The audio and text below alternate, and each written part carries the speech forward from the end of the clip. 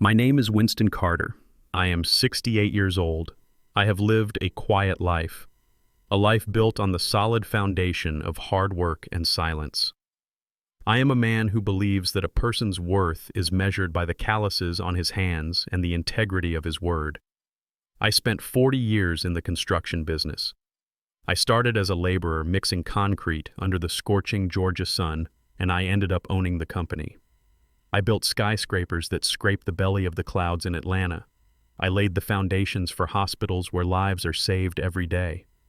I know how to build things that last. But standing in the hallway of my own home on a rainy Tuesday afternoon, I realized that I had failed to build the most important thing of all. I had failed to build a man out of my own son. The invasion began not with a knock on the door, but with the screeching of brakes. A large moving truck backed into my driveway, crushing the azalea bushes my wife Beatrice had planted 3 weeks before she died. I watched through those living room curtains as the metal bumper tore through the delicate pink flowers. I felt a sharp pain in my chest, but I did not say a word. I simply unlatched the deadbolt and opened the front door to welcome the chaos that was about to consume my peace. Dante jumped out of the driver's seat. My son is 32 years old, but he still moves with the frantic energy of a teenager who is late for curfew. He wore a designer tracksuit that cost more than my monthly grocery bill, and his eyes were darting around nervously. He did not look me in the eye. He looked past me into the house as if he were already measuring the square footage. "Hey, Dad, thanks for letting us crash here." He mumbled the words while dragging a heavy suitcase up the porch steps. He did not ask how I was doing. He did not apologize for the crushed azaleas. He simply assumed that my door would be open because it had always been open. He assumed that my resources were his resources because I had never given him a reason to think otherwise. Behind him came Paige. My daughter-in-law stepped out of her white SUV with the grace of a queen visiting a leper colony. She is a woman who wears her dissatisfaction like a coat. She looked at my house with a curled lip. It was a look of pure, unadulterated disdain.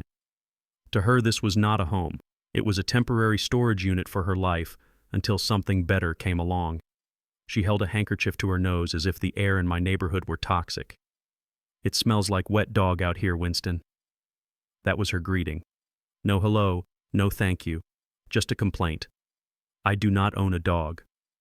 The smell she was complaining about was the smell of honest earth and pine trees after a rainstorm. It was the smell of the South.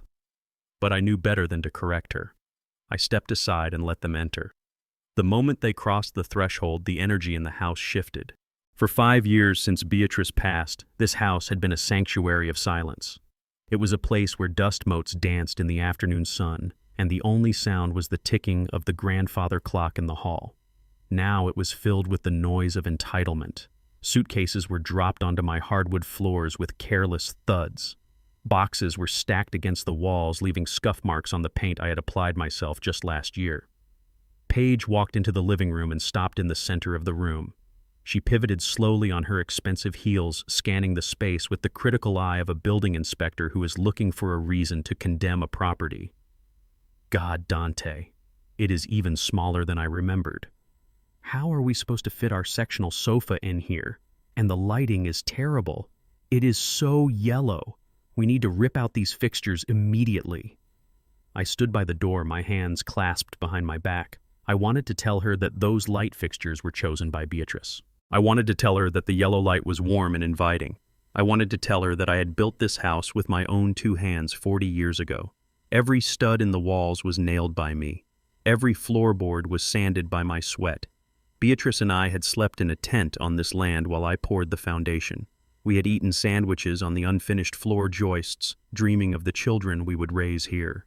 This house was not just wood and brick. It was a physical manifestation of our love. But I said nothing. I knew that words would be wasted on Paige. She did not speak the language of sentiment. She only spoke the language of asset value and renovation potential. Dante walked in behind her carrying a box labeled shoes. He looked at his wife with a pleading expression. "Babe, please, it is just temporary. We will find a new place soon. Just make do for now." Paige scoffed. "Make do? I am 30 years old, Dante. I should not have to make do in a house that smells like mothballs and Old Spice. We need to make this livable if we are going to stay here." She walked over to the windows and yanked open the curtains. The sudden influx of gray light made the room look weary. She ran a finger along the windowsill and inspected the dust on her tip with a grimace. Then her eyes fell on the floor. Her gaze locked onto the rug. It was a Persian rug, deep reds and indigos woven into a complex pattern of vines and flowers. It lay in the center of the room under the coffee table. It was not just a rug. It was the last anniversary gift I gave to Beatrice. We had found it at an estate sale, and she had fallen in love with it immediately. She used to sit on that rug in the evenings reading her books while I watched the news. When she got sick towards the end, she asked me to move her hospital bed into the living room so she could look at the pattern. She said the flowers reminded her of a garden that would never die. Paige pointed a manicured finger at it. That thing has to go. Immediately. I felt a coldness spread through my veins. It was a sensation I had not felt since my days in the army. It was the feeling of a threat approaching. I took a step forward. That rug stays exactly where it is. My voice was low. It was calm, but it had the weight of iron. Dante looked up, surprised. He had rarely heard me speak with such finality. He looked at me, and then he looked at his wife. He was caught in the middle of a war he did not have the courage to fight. "Dad, come on. It is just a rug. Paige has allergies. It probably holds a ton of dust." I looked at my son. I looked at the man I had raised. I saw the weakness in his jawline. I saw the fear in his eyes. He was terrified of his wife. He was terrified of losing her approval. He was willing to sacrifice his father's dignity to keep the peace in his marriage. "It is not just a rug, Dante. You know that." Paige did not wait for the debate to conclude. She acted. With a swift motion, she kicked the coffee table aside. The legs screeched against the floor, leaving a white scratch on the varnish. She bent down and grabbed the corner of the rug. "It is hideous, Winston. It clashes with everything I own, and it smells like a nursing home." She pulled. The rug was heavy, but her anger gave her strength.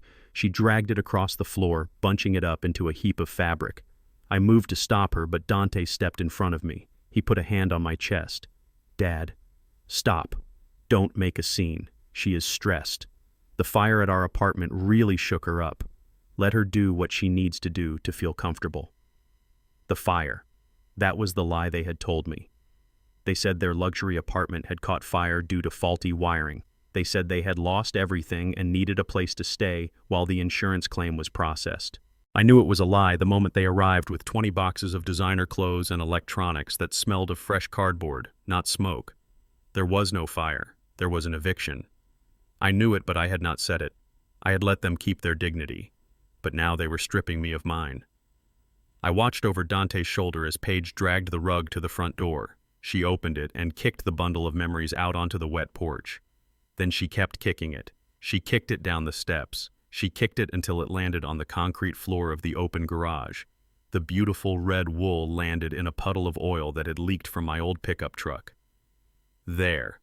Now we can breathe. Paige dusted off her hands and slammed the front door shut. She turned to me with a smile that was sharp enough to cut glass. "Don't look at me like that, Winston. I am doing you a favor. That thing was a tripping hazard. You should thank me. Now where is the master bedroom?" "Dante said we could have the big room since we have so much stuff. You can take the guest room downstairs, right? It is closer to the kitchen anyway." She did not wait for an answer. She marched past me and headed for the stairs. Dante gave me a look that was a mixture of apology and warning. "Just let it go, Dad. Please." He followed her up the stairs. I stood alone in the hallway. The floor where the rug had been looked naked and scarred. The scratch from the coffee table was a white wound in the wood.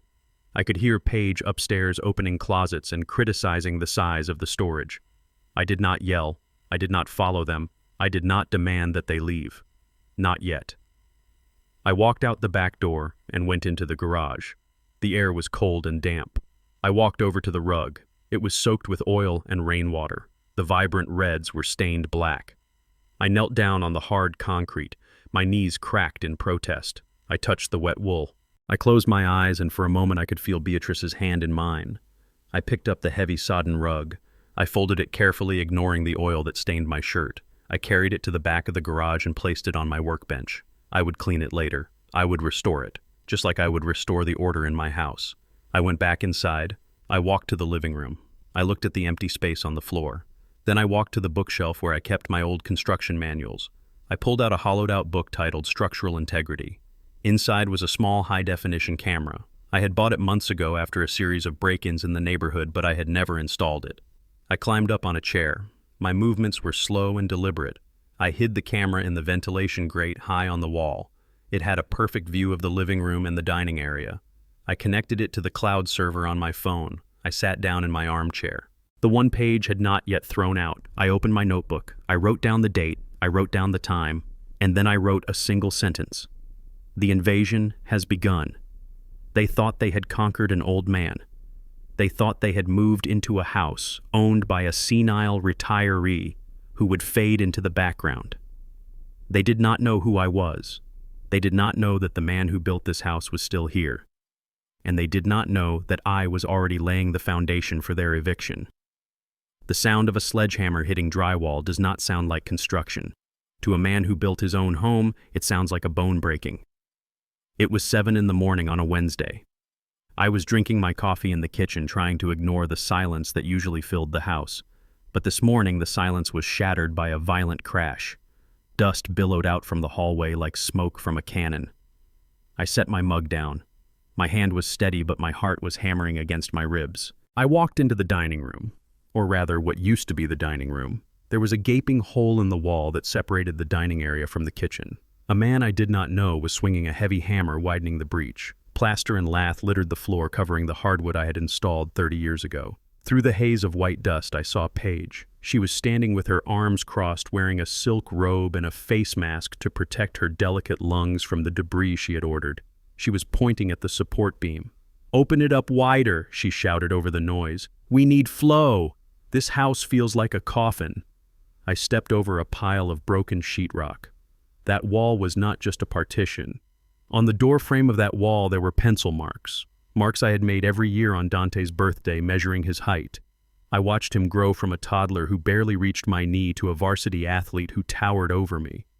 Those marks were the history of my son, and now they were rubble on the floor, waiting to be swept into a trash bag. "Paige, what is happening here?" My voice was low. The contractor stopped swinging. He looked at me, then he looked at Paige. He sensed who held the authority in the room, or at least who was the loudest. Paige pulled down her mask. She smiled, but it was the smile of a shark sensing blood in the water. "Oh, Winston, you are awake. Good. We are opening up the space.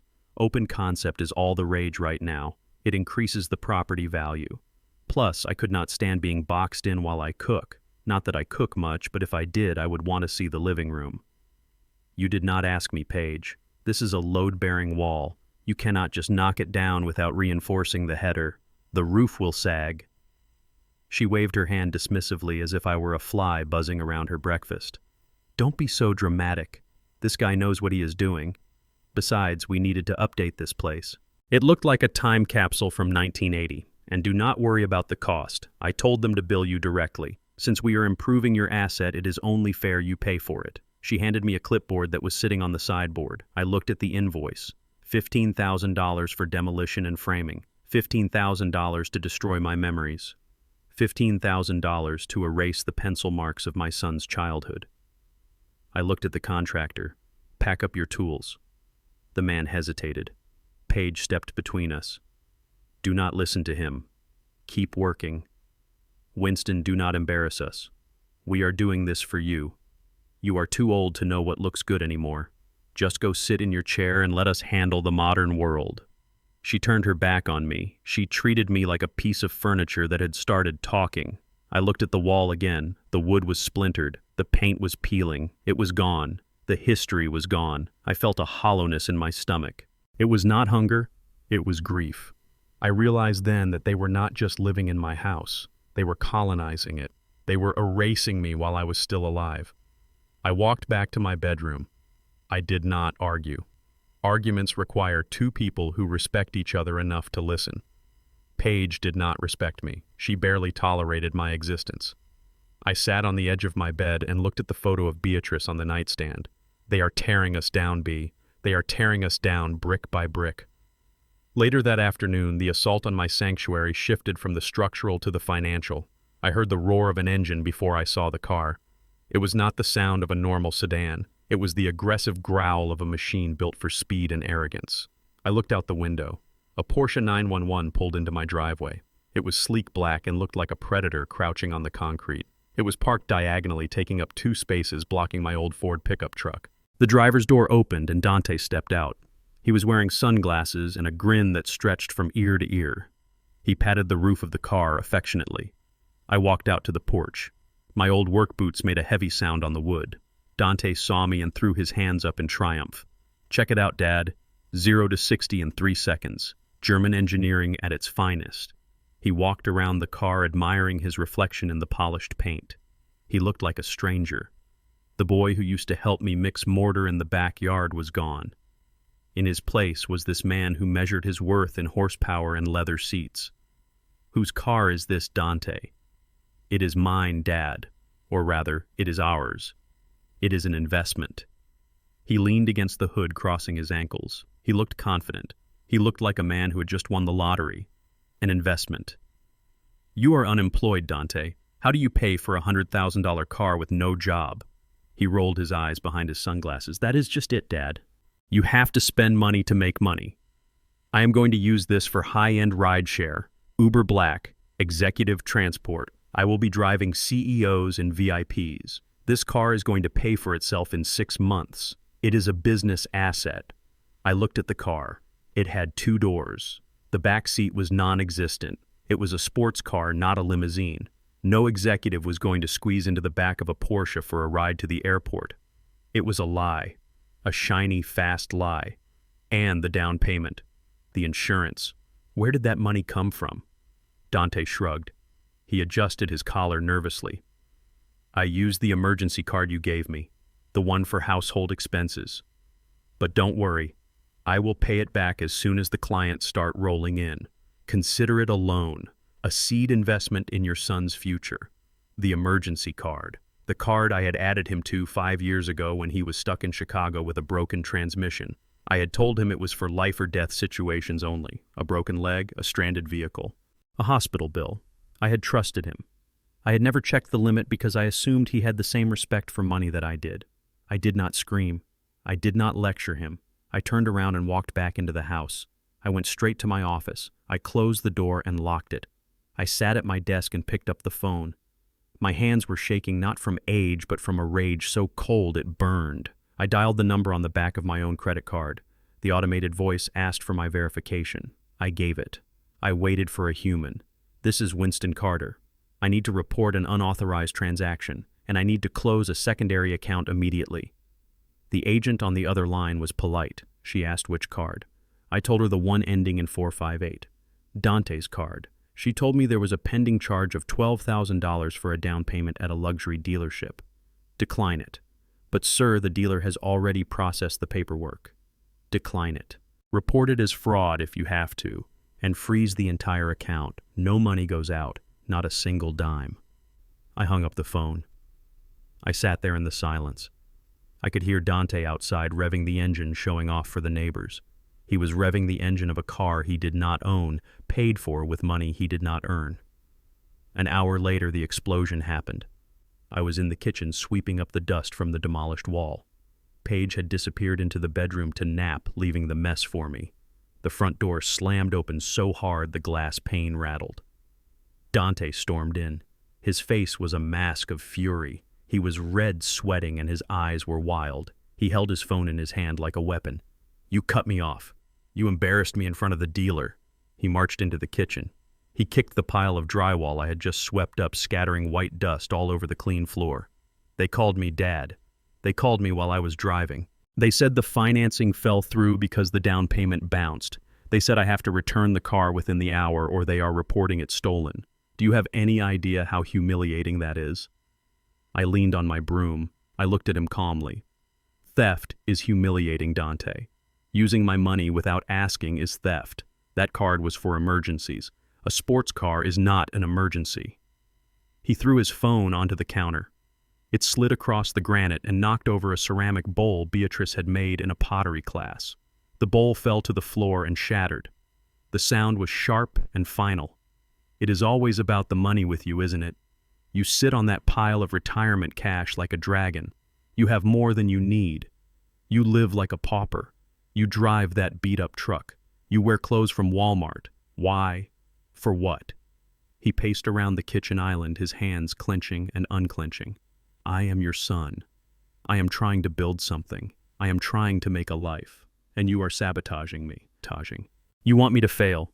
You want me to be small like you. Small. He called me small. I, who had built the skyline of this city. I, who had employed hundreds of men. I, who had paid for his college tuition, which he wasted on parties. I am not sabotaging you, Dante. I am stopping you from robbing me. That was the wrong thing to say. Or perhaps it was the right thing because it revealed the truth of his soul. Dante grabbed a chair from the dining set. It was an antique oak chair, part of the set Beatrice and I had saved for 3 years to buy. He lifted it over his head. You selfish old man. You do not care about anyone but yourself. You would rather see me walk than see me shine. He smashed the chair against the floor. The wood cracked. The legs snapped off. He did not stop. He picked it up again and smashed it against the island. Splinters flew through the air. He was destroying his inheritance. He was destroying the legacy I had preserved for him. Paige came running down the stairs. She saw the broken chair. She saw the shattered bowl. She saw her husband panting with rage. She did not tell him to stop. She looked at me with cold eyes. Look what you made him do, Winston. You push him too far. You treat him like a child, and then you wonder why he acts out. Just give him the money. Fix this, before you ruin everything. I looked at the broken chair. I looked at the hole in the wall. I looked at the shards of my wife's bowl. I will not fix this. Dante kicked the remains of the chair towards me. Fine. Keep your money. Keep your dusty house. But do not expect us to take care of you when you get sick. Do not expect us to visit you in the hospital. You are alone, Dad. You are completely alone. He grabbed his keys and stormed out. He had to return the Porsche. He had to face the humiliation, but he blamed me. He did not blame his greed. He did not blame his lies. He blamed me for having boundaries. Paige shook her head at me as if I were a disappointing employee. You really messed up this time, Winston. She followed her husband. I was left alone in the kitchen, the dust from the wall mixed with the debris of the chair. My house was broken. My things were broken. But my resolve was hardening. It was turning into steel. I picked up the pieces of the ceramic bowl. I held a blue shard in my palm.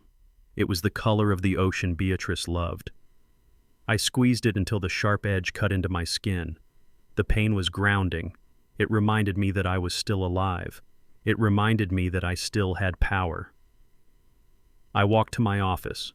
I opened the safe. I took out a file labeled Beatrice Trust. I looked at the numbers. They thought I was a hoarder. They thought I was a miser living on a pension. They had no idea. I picked up the phone again. This time I dialed a number I had not called in years. Hello, Strickland? It is Winston. We need to talk. Yes, it is urgent. No, not about business. It is about estate planning. I need to make some changes, drastic changes. I hung up the phone. Outside, the rain began to fall again. It washed away the tire tracks of the Porsche. It washed away the dust on the driveway. But it could not wash away the memory of my son smashing my chair. That memory was etched in stone now. And stone does not forget. I am Winston Carter, and I am done being the victim. The war for my home had shifted battlefields. It was no longer about sledgehammers and walls. It was no longer about loud arguments and broken furniture. The noise had died down, but a silent rot had begun to spread. It was like termites eating away at the support beams of a house. You do not hear them until the roof caves in on your head. Paige had realized that she could not bully me into submission with noise, so she decided to dismantle my mind instead. She wanted to make me doubt the very ground I stood on. She wanted to prove that the old man was not just stubborn, but broken. It began with the small things. The things a person takes for granted until they are gone. I am a creature of habit. You do not survive 40 years in construction without discipline. My keys go in the brass bowl by the door. My wallet goes in the top drawer of the nightstand. My reading glasses sit on the left corner of the coffee table on top of my Bible. That is where they have lived for 10 years. That is where they were when I went to the kitchen to pour a glass of water on Thursday morning. When I returned, the table was bare. I stood there staring at the empty wood. I felt a flicker of confusion. I checked my pockets. I checked the kitchen counter. I checked the bathroom. Nothing. My mind began to retrace my steps. I knew I had placed them there. I remembered the sound of the plastic frames clicking against the hardcover book. I am not a man who misplaces tools. A carpenter who loses his hammer is a carpenter who does not work. Paige walked into the living room. She was wearing her yoga clothes, holding a green smoothie that looked like pond scum. She saw me searching. She smiled, that tight, pitying smile she reserved for children and the elderly. "What are you looking for, Winston?" "My glasses. I left them right here." She tilted her head. Her eyes were wide and innocent. "Are you sure?" "I have not seen them." "Maybe you left them in the refrigerator again." "Again." She said the word as if this were a common occurrence, as if I were known for chilling my eyewear next to the milk. I felt a spike of irritation. "I do not put glasses in the refrigerator, Paige." She shrugged and walked into the kitchen. I followed her. She opened the stainless steel door. The cold air hit my face. There, sitting on the middle shelf between a carton of almond milk and a jar of pickles, were my tortoise-shell reading glasses. The lenses were fogged up from the cold. "Oh, Winston, here they are." She picked them up with 2 fingers as if they were contaminated. She handed them to me with a look of deep concern. "You really need to be more careful. Yesterday you left the milk in the pantry. Now this. It is okay. My grandmother started doing things like this right before she had to go into the home. It happens." I took the glasses. They were freezing cold in my hand. I looked at her. I looked for the lie in her eyes, but she was a master. She projected nothing but sympathy. I knew I had not put them there. I knew it with the certainty of a man who knows gravity pulls downward. But for a split second, a tiny fracture appeared in my confidence. I wiped the condensation from the lenses. I did not argue. Arguments were what she wanted. She wanted me to get angry. She wanted me to shout so she could point at me and say, "Look how unstable he is." I walked away. I went to my office and locked the door. I sat at my desk and breathed. I told myself I was sane. I told myself I was sharp. But the seed had been planted. 2 days later, the stakes were raised. It was no longer about reading the newspaper. It was about my life. I take a pill for my blood pressure every morning at 8 o'clock. It is a small white tablet. It keeps my heart from exploding. I keep the bottle in the medicine cabinet in the downstairs bathroom. It is a ritual. Brush teeth. Wash face. Take pill. On Saturday morning, the cabinet was empty. I stared at the shelf. My razor was there. My shaving cream was there. The orange bottle with my name on it was gone. I searched the drawers. I searched under the sink. I felt a rising panic, not because I needed the pill immediately, but because I knew what this meant. This was not a prank. This was a threat. I went to the kitchen. Dante was sitting at the island eating cereal. He did not look up. Paige was wiping down the counters. "Where is my medication, Paige?" She stopped wiping. She turned to me. Her face was a mask of confusion. "What medication?" "My blood pressure pills." They were in the cabinet. Now they are gone. She sighed. She looked at Dante. Dante shook his head without lifting his eyes from his phone. "Dad, we talked about this. You told me you threw them out. You said they made you feel dizzy and you did not want to take them anymore." I gripped the back of a chair. My knuckles turned white. "I never said that. I would never say that. That medicine keeps me alive." Paige walked over to the trash can. She stepped on the pedal. The lid popped open. The smell of coffee grounds and rotting fruit wafted up. She pointed inside. "See? Right there on top." I looked. The orange bottle was lying in the garbage amidst eggshells and wet paper towels. The cap was off. The pills were scattered in the filth. They were ruined. "Why would you do that, Winston?" Her voice was soft. It was the voice of a nurse speaking to a patient who had wet the bed. "I found you in the bathroom last night holding the bottle. You were muttering about how the doctors were poisoning you. I tried to stop you, but you threw them away. Do you not remember?" I looked at her. I looked at the bottle in the trash. I looked at my son, who was refusing to meet my gaze. It was a coordinated attack, a narrative they were building together. They were rewriting reality in real time. They were gaslighting me not just to make me doubt myself, but to create a history of incompetence. I did not do this. Dante finally looked up. His eyes were hard. "Dad, you are scaring us. You are forgetting things. You are acting erratic. Maybe we need to make an appointment with a neurologist. This is not safe. You cannot be trusted with your own medication anymore. I saw the trap. It was elegant in its cruelty. If I got angry, I was unstable. If I denied it, I was in denial of my condition. If I accepted it, I was admitting defeat. They had cornered me in my own kitchen. I reached into the trash can. I did not care about the filth. I picked up the empty bottle. I wiped off a piece of wet lettuce. I will call the pharmacy for a refill. I turned and walked out. As I left the room, I heard Paige whisper to Dante, "See? It is getting worse. He is digging in the trash now. We have to do something, Dante. For his own good. For his own good." The phrase hung in the air like smoke. They were wrapping their malice in the language of care. They were preparing to bury me under a mountain of fake concern. I went to my bedroom. I sat in my chair. My hands were shaking. I felt a wave of fear wash over me. What if they were right? What if I was slipping? Beatrice had been forgetful at the end. Was it my turn? Then I looked at the calendar on my wall. I looked at the structural drawings of the Carter Tower framed above my desk. I looked at the complex calculations I had made just last week for a consulting job I took on the side. I closed my eyes and did the math. I calculated the load-bearing capacity of a steel beam with a 10-foot span. I recited the building codes for commercial fire exits.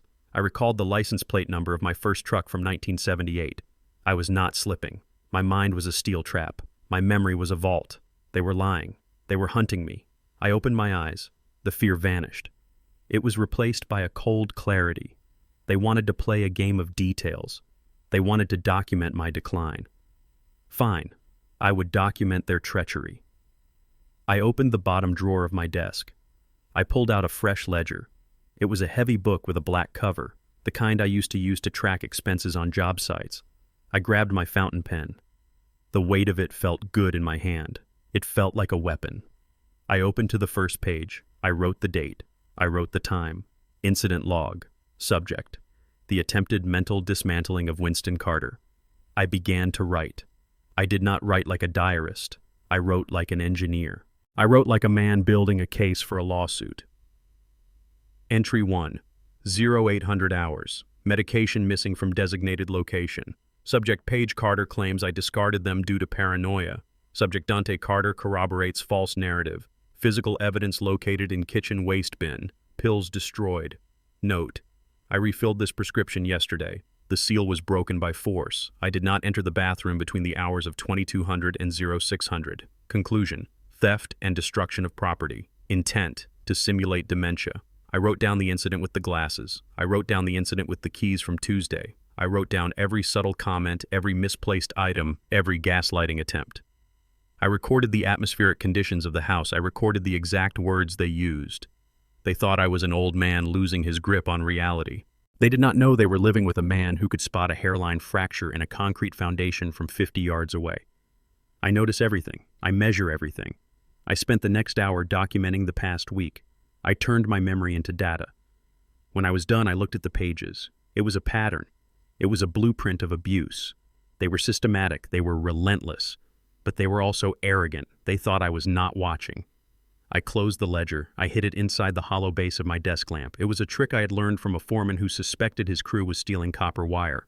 Always hide the evidence where the light shines brightest. I walked to the window. I saw Paige outside in the garden. She was on the phone. She was pacing back and forth, gesturing wildly. I cracked the window open just an inch. "He is totally losing it, Mom." I put his pills in the trash and he dug them out. It was disgusting. "No, he has no idea. We are going to call the doctor next week. We just need a few more incidents. Yeah, Dante is on board. We just need to push him a little harder." I closed the window. I did not feel anger anymore. Anger is hot. Anger burns out. What I felt was cold. It was the temperature of wet concrete before it sets. It was the temperature of justice. They wanted a few more incidents. I would give them incidents. But they would not be the ones they expected. They were trying to break a man who was made of iron. They were trying to outsmart a man who had built the city they lived in. I went to the mirror. I looked at my face. The gray hair, the wrinkles, the eyes that had seen too much. You are not crazy, Winston. You are under siege. And a man under siege does not surrender. He fortifies. I washed my face. I put on a clean shirt. I walked out of the bedroom. I walked into the kitchen where Dante was still pretending to read the news.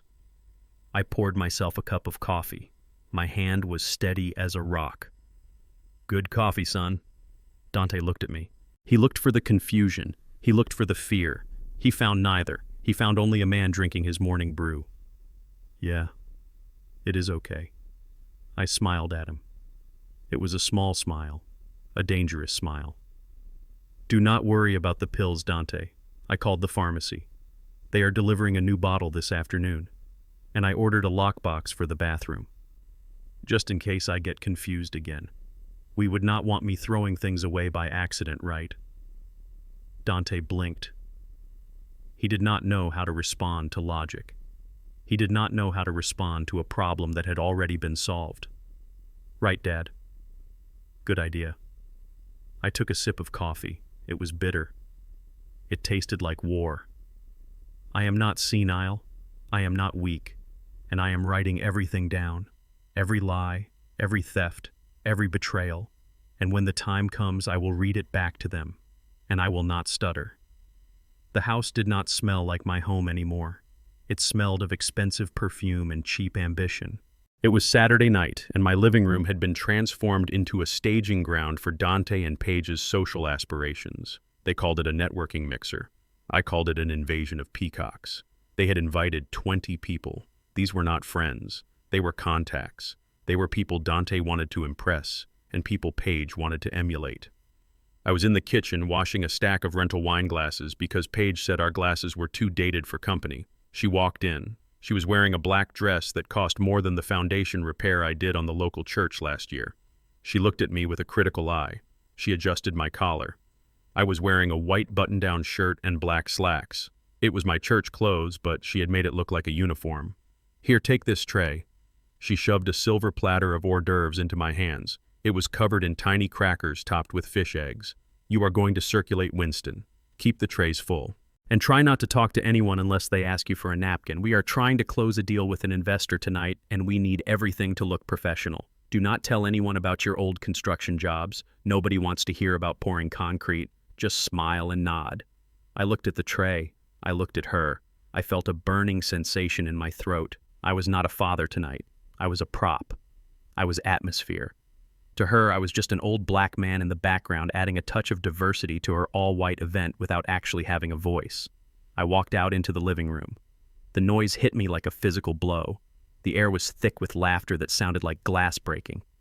Dante was in the center of the room holding a scotch glass. He was telling a story. I listened. "Yeah, we just bought the place a few months ago. It is a fixer-upper, obviously. We are planning to gut the whole thing. Knock down these walls, raise the ceiling. The location is great, but the bones are just tired. You know how it is with these old southern houses. They need a modern touch." He was talking about my house, the house I built. He was talking about gutting it while I stood 10 feet away holding a tray of crackers. He claimed ownership of my sweat. He claimed ownership of my legacy. And he called it tired. A young man with slicked back hair turned and bumped into me. He spilled a drop of wine on his sleeve. He looked at me with annoyance. "Watch it." He did not apologize. He did not look at my face. He looked at the tray. "Actually, while you are here, take this." He placed his empty glass on my tray next to the food. He treated me like a waiter.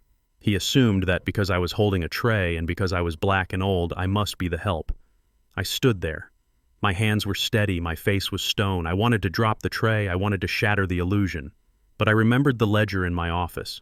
I remembered the camera in the vent. I was gathering evidence. Tonight was not about pride, it was about data collection. I took the glass. I moved through the crowd. I heard snippets of conversation. They were talking about money. They were talking about status. They were mocking the neighborhood. "I cannot believe you guys live this far south, Paige. Isn't it a little dangerous down here?" That was a woman with blonde hair and a voice like a drill. Paige laughed. She touched the woman's arm. "Oh, totally. But you know Dante, he wanted to reclaim his roots or whatever. We are just here until the market flips. Then we are moving to Buckhead. We just need to get the old man sorted out first." Sorted out, like I was a paperwork error, like I was a clog in a drain. I walked to the mantel. Above the fireplace sat the only thing Paige had not yet removed. It was a framed photograph of Beatrice. It was taken on our 40th birthday. She was wearing a blue dress and laughing at a joke I had just told her. It was my favorite picture. It was the heart of this room. A man was leaning against the mantel. He was tall, loud, and drunk. He was gesturing wildly with his hands, talking about his stock portfolio. He spun around to emphasize a point, and his elbow connected with the frame. The picture fell. It did not fall in slow motion. It fell fast and hard. It hit the brick hearth with a sickening crunch. The glass shattered, the silver frame bent. Beatrice's face lay face down in the ash and dust of the fireplace. The room went silent for a heartbeat. The man looked down. He looked at the broken glass. Then he laughed. Whoops, party foul. He did not pick it up. He did not apologize. He looked at Paige. Sorry, Paige. I think I broke some of your antique clutter. Hope it was not valuable. Paige waved her hand. She did not even look at the photo. She looked at the man. Don't worry about it, Chad. It was just some old picture. We were going to throw it out anyway. It does not fit the aesthetic. Winston, can you clean that up? We do not want anyone cutting their feet. The room erupted in laughter again. They laughed at the destruction of my wife's image. They laughed at the dismissal of my grief. Dante laughed too. He laughed the loudest because he wanted Chad to like him. I set the tray down on a side table. I walked to the fireplace. The room grew quiet, not out of respect, but out of awkwardness. They watched the old man walk. They watched him kneel. I knelt on the brick. I did not care about my knees. I reached for the photo. A shard of glass sliced into my thumb. A drop of bright red blood fell onto Beatrice's blue dress in the picture.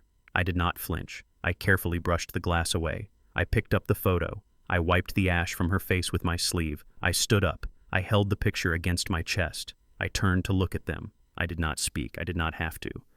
My silence was a vacuum that sucked the air out of the room. I looked at Chad. I looked at his expensive suit and his empty eyes. I looked at Paige. I looked at Dante. I saw Dante shift his weight. He looked uncomfortable. He looked away. He knew. Somewhere deep inside him, the boy I raised knew that a line had been crossed, but the man he had become was too weak to acknowledge it. Someone clear this glass. I said it softly. I did not look at anyone in particular. I simply gave an order. It was the voice of a foreman. It was the voice of a man who expects to be obeyed. Then I turned and walked toward the kitchen. I was going to take Beatrice to safety. I was going to take her away from these wolves. As I passed the sofa, a man stood up. He was older than the rest. He had gray hair and wore a suit that was tailored with a precision the younger men could not afford. He had been sitting quietly in the corner, watching the entire scene. He stepped into my path. I stopped. I prepared myself for another insult. I prepared myself to be asked for a refill. The man looked at me. His eyes were sharp. They were the eyes of a man who recognized quality when he saw it. He extended his hand. Winston Carter. It is Winston, isn't it? I looked at his hand. I looked at his face. Recognition flickered in my mind. Yes. He smiled. It was a genuine smile. A respectful smile. I thought so. I am Robert Harrington, CEO of Harrington Logistics. You poured the foundation for my first distribution center in 1992, the one on the west side. We had that soil issue with the clay. Every other contractor told me it would cost $1 million to fix. You fixed it with a drainage solution that cost $50,000. You saved my company back then. I remembered. I remembered the mud. I remembered the long nights calculating the water table. I remember Mr. Harrington. It is good to see you. He looked at the tray I had set down. He looked at the broken picture in my hand.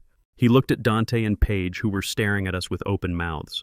I did not know this was your house, Winston. Your son told me he bought this place from a distressed seller. He said the previous owner was in assisted living. Dante turned pale. The lie was unraveling in real time. He stepped forward, his hands raised in a placating gesture. Mr. Harrington, I think there is a misunderstanding. My dad he is retired. He lives with us. He helps out. You know how it is. His memory is not what it used to be. Harrington did not look at Dante. He kept his eyes on me. He saw the blood on my thumb. He saw the dignity in my posture. He saw the truth. I see. Harrington reached into his pocket. He pulled out a business card. He handed it to me with two hands, a gesture of deep respect. If you ever need anything, Winston, anything at all, you call me. Men who build things that last are rare these days. We need to stick together. He patted my shoulder. Then he turned to Dante. His face went cold. It was the face of a man closing a ledger. I think I have seen enough, Dante. I do not do business with people who do not know the value of a foundation. Harrington walked out. He did not say goodbye to Paige. He did not take a gift bag. He walked out the front door and closed it firmly behind him. The silence that followed was heavy. It was the silence of a missed opportunity. It was the silence of money walking out the door. Paige turned on me. Her face was twisted with fury. "What did you say to him? What did you tell him? You just cost us our biggest investor. You stupid old man. You ruined everything." She screamed. She stomped her foot next to the broken glass. I looked at her. I looked at my son, who was staring at the door as if he could will the money back inside. I did not say anything, Paige. I did not have to. I walked past her. I walked out of the living room. I walked down the hall to my room. I locked the door. I placed the photo of Beatrice on my desk. I cleaned the blood off the glass. They thought I was humiliated. They thought I was broken. They did not know that Mr. Harrington was not just an investor. He sat on the board of the bank that held Dante's mortgage application, the application Dante had forged my signature on. I sat down. I opened my ledger. I wrote down the date. I wrote down the time. Incident 4, destruction of personal property, Beatrice's photograph, witnessed by 20 people. Subject, Paige Carter expressed intent to discard property. Subject, Dante Carter claimed ownership of property to third party. Third-party witness identified as Robert Harrington.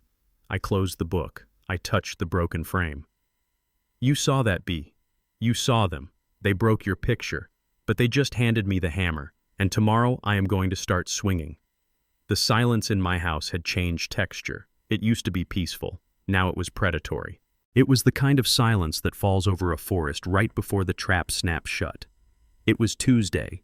The sky was the color of a bruised plum, and the air inside was thick with humidity and secrets.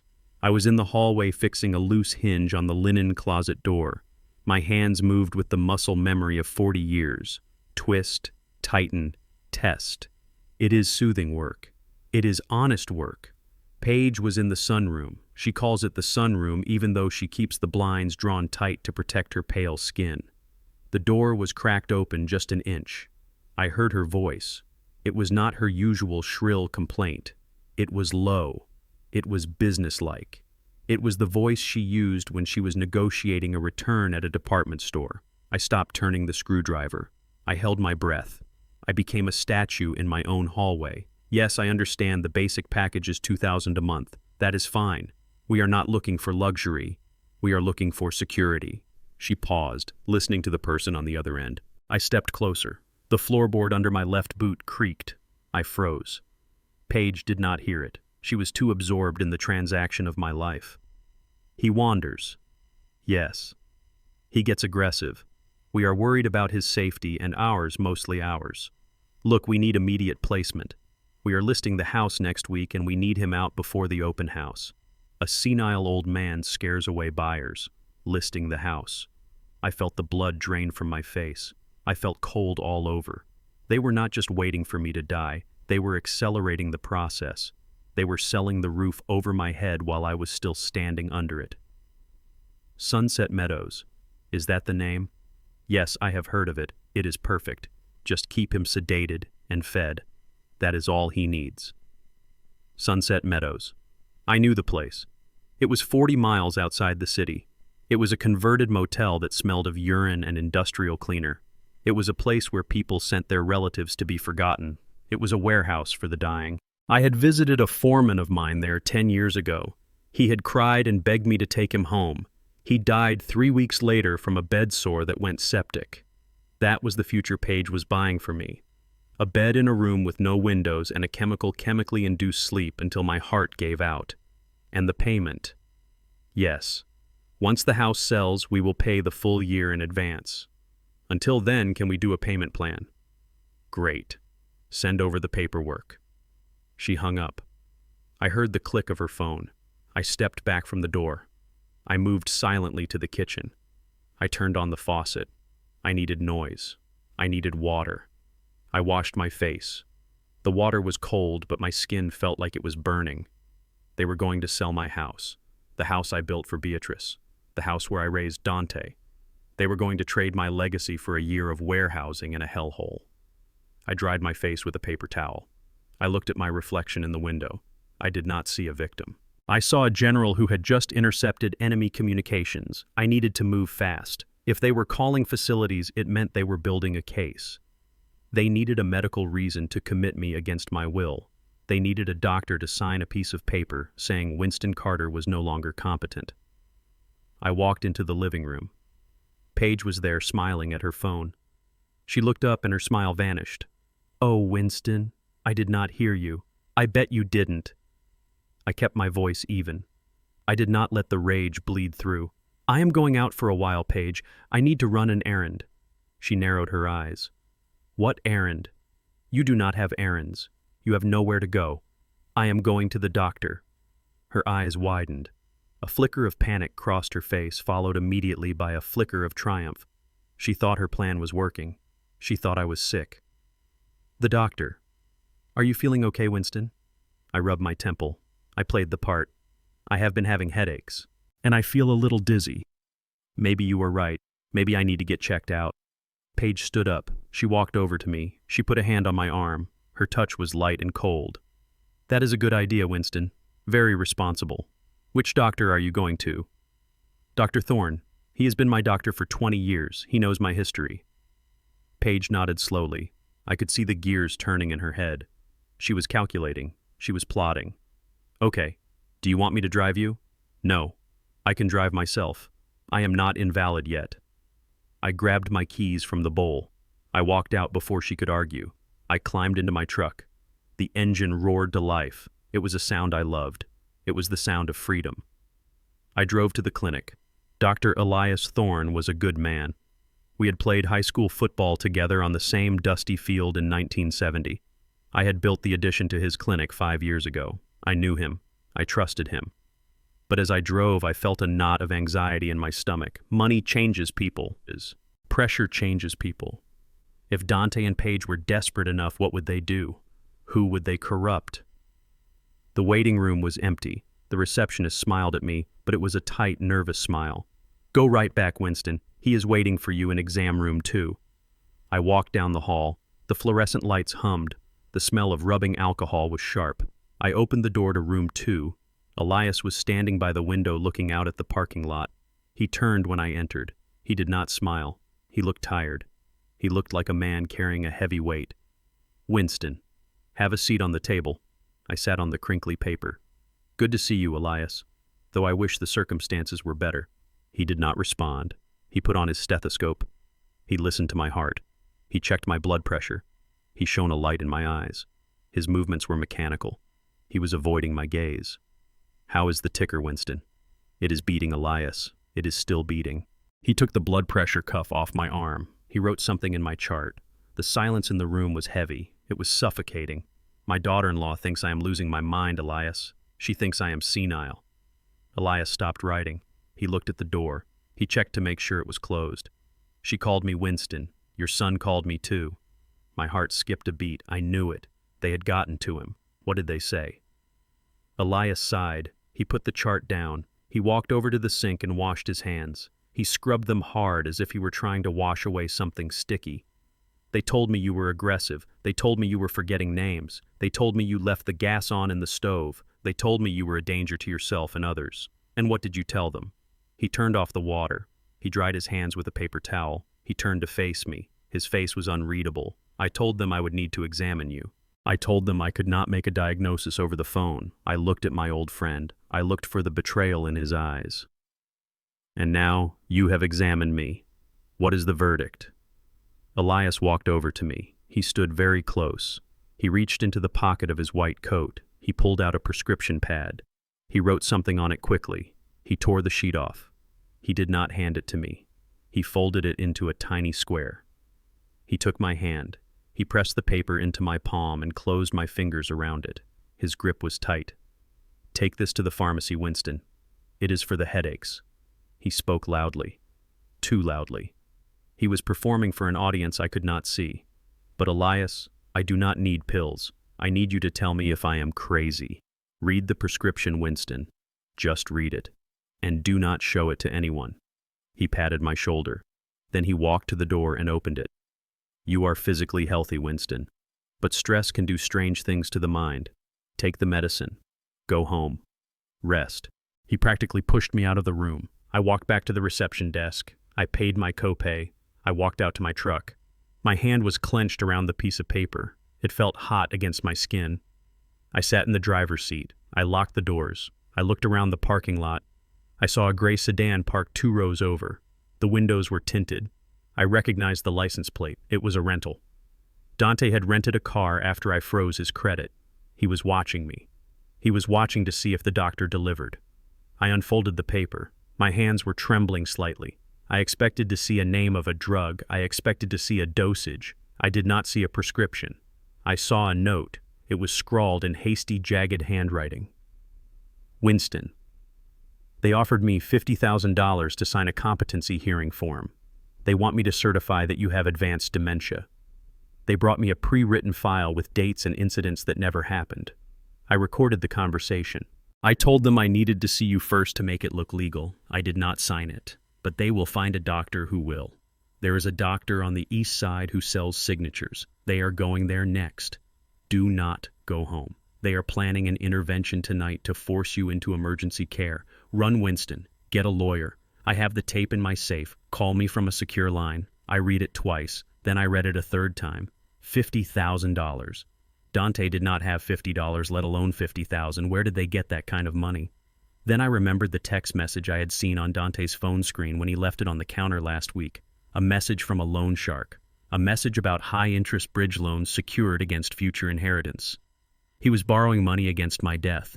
He was borrowing money against the sale of my house. He was digging a hole so deep he needed my body to fill it. I looked at the gray sedan in the mirror. I saw the silhouette of my son in the driver's seat. He was on the phone. He was probably calling Paige. He was probably telling her that the old man had just left the doctor and the trap was set. I felt a cold rage settle over me. It was heavier than the rage I felt when they broke the wall. It was heavier than the rage I felt when they broke the picture. This was the rage of a man who realizes his own flesh and blood has put a price tag on his freedom. They wanted to lock me away. They wanted to erase my mind on paper so they could steal the concrete and wood I had built. I took out my lighter, the Zippo Beatrice gave me 30 years ago. I lit the corner of the note. I held it until the flame licked my fingertips. I dropped the burning ash into the coffee cup in my cup holder. I watched the evidence turn to smoke. I did not need the note. I had Elias.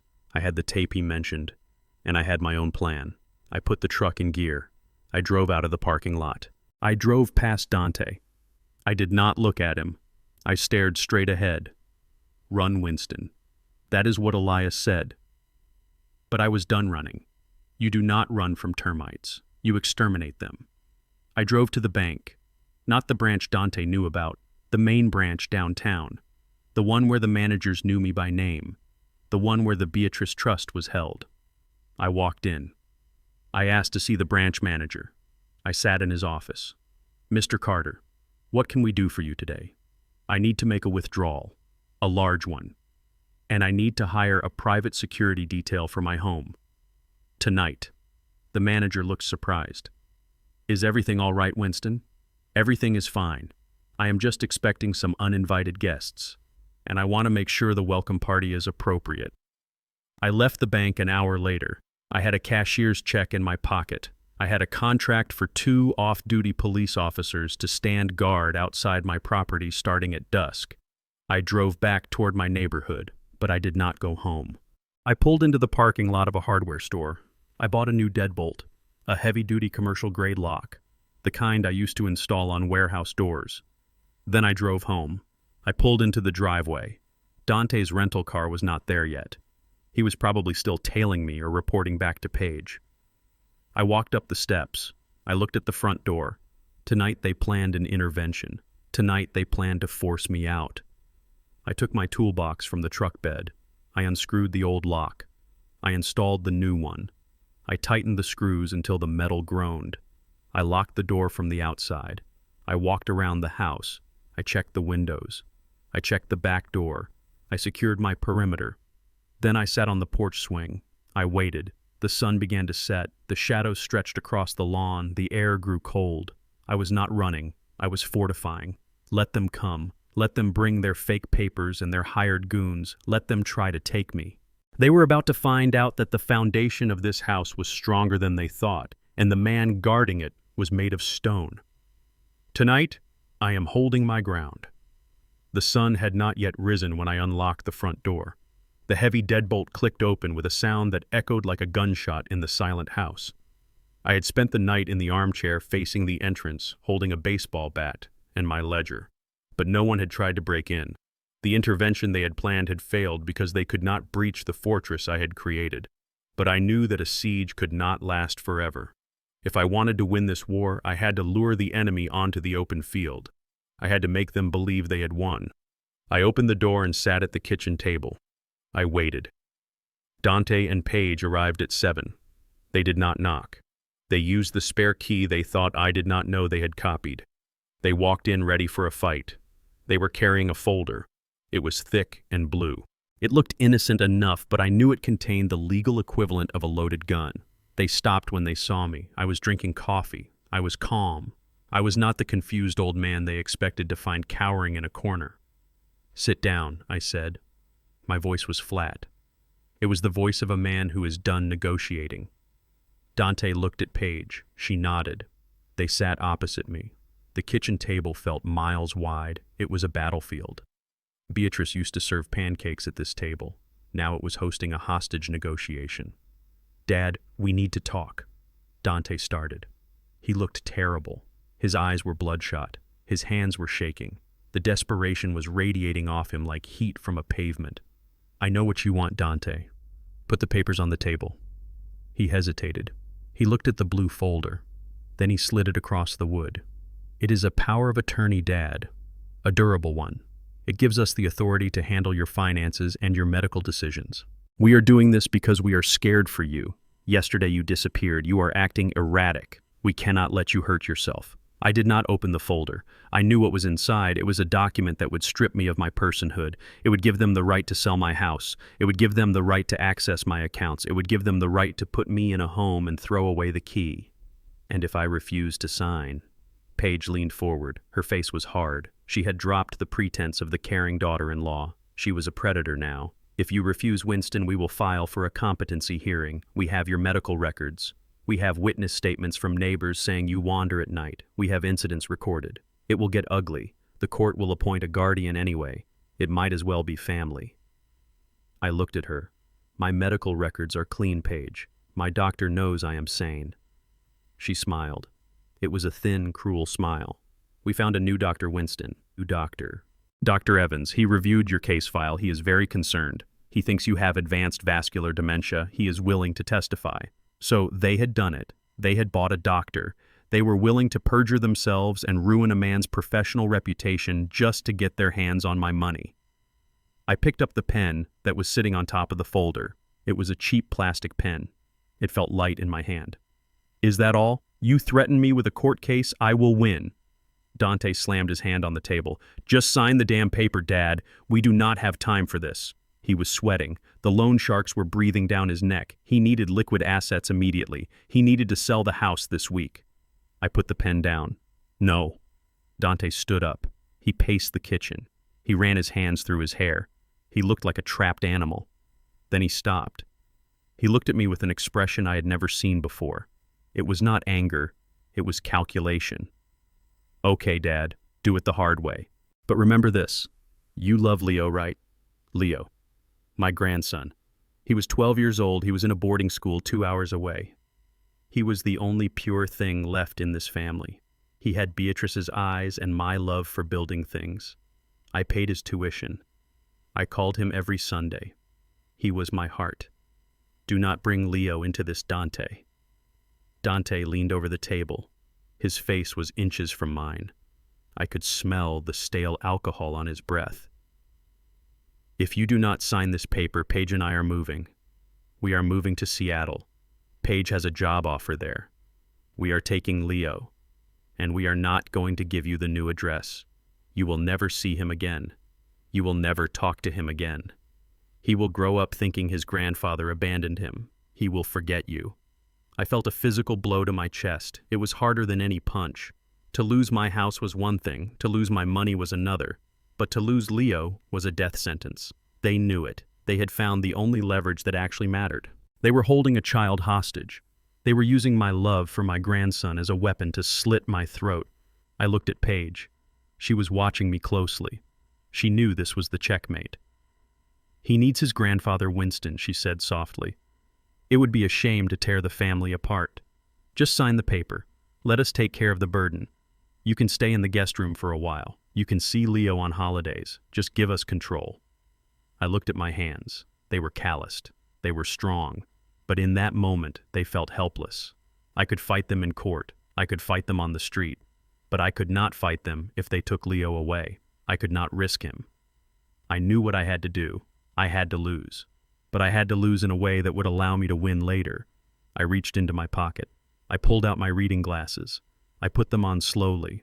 My mind was racing. I remembered the conversation I had with Strickland 3 years ago when I set up the Beatrice Legacy Trust. Winston Strickland had said, if you're ever forced to sign a document under duress, you need a signal. You need a way to tell the court that your hand was moving but your will was not. We need a code. We had agreed on a code. It was simple. It was subtle. It was legally binding if proven.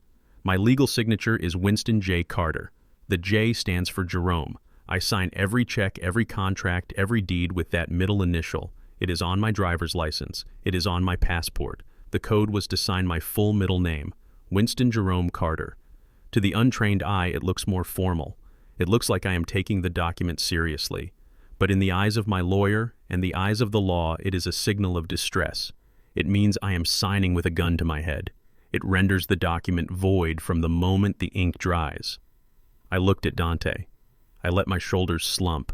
I let my face fall. I gave him the defeat he wanted to see. You would really do that. You would take Leo away. Dante did not blink. "Try me," I sighed. It was a long, ragged sigh. "Give me the pen." Dante grabbed the pen and shoved it into my hand. He opened the folder to the signature page. He pointed at the line. "Right there. Press hard. It is a carbon copy." I looked at the line. Account holder's signature. It was a line that represented the surrender of my autonomy. It was a line that gave them the power to sell the house I built. It gave them the power to drain the accounts they knew about. But they did not know about the trust. They thought I was worth $400,000. Maybe $500 if they sold the truck and the tools. They did not know about the commercial properties in downtown Atlanta. They did not know about the apartment complex in Savannah. They did not know about the investment portfolio that had been compounding interest since 1985.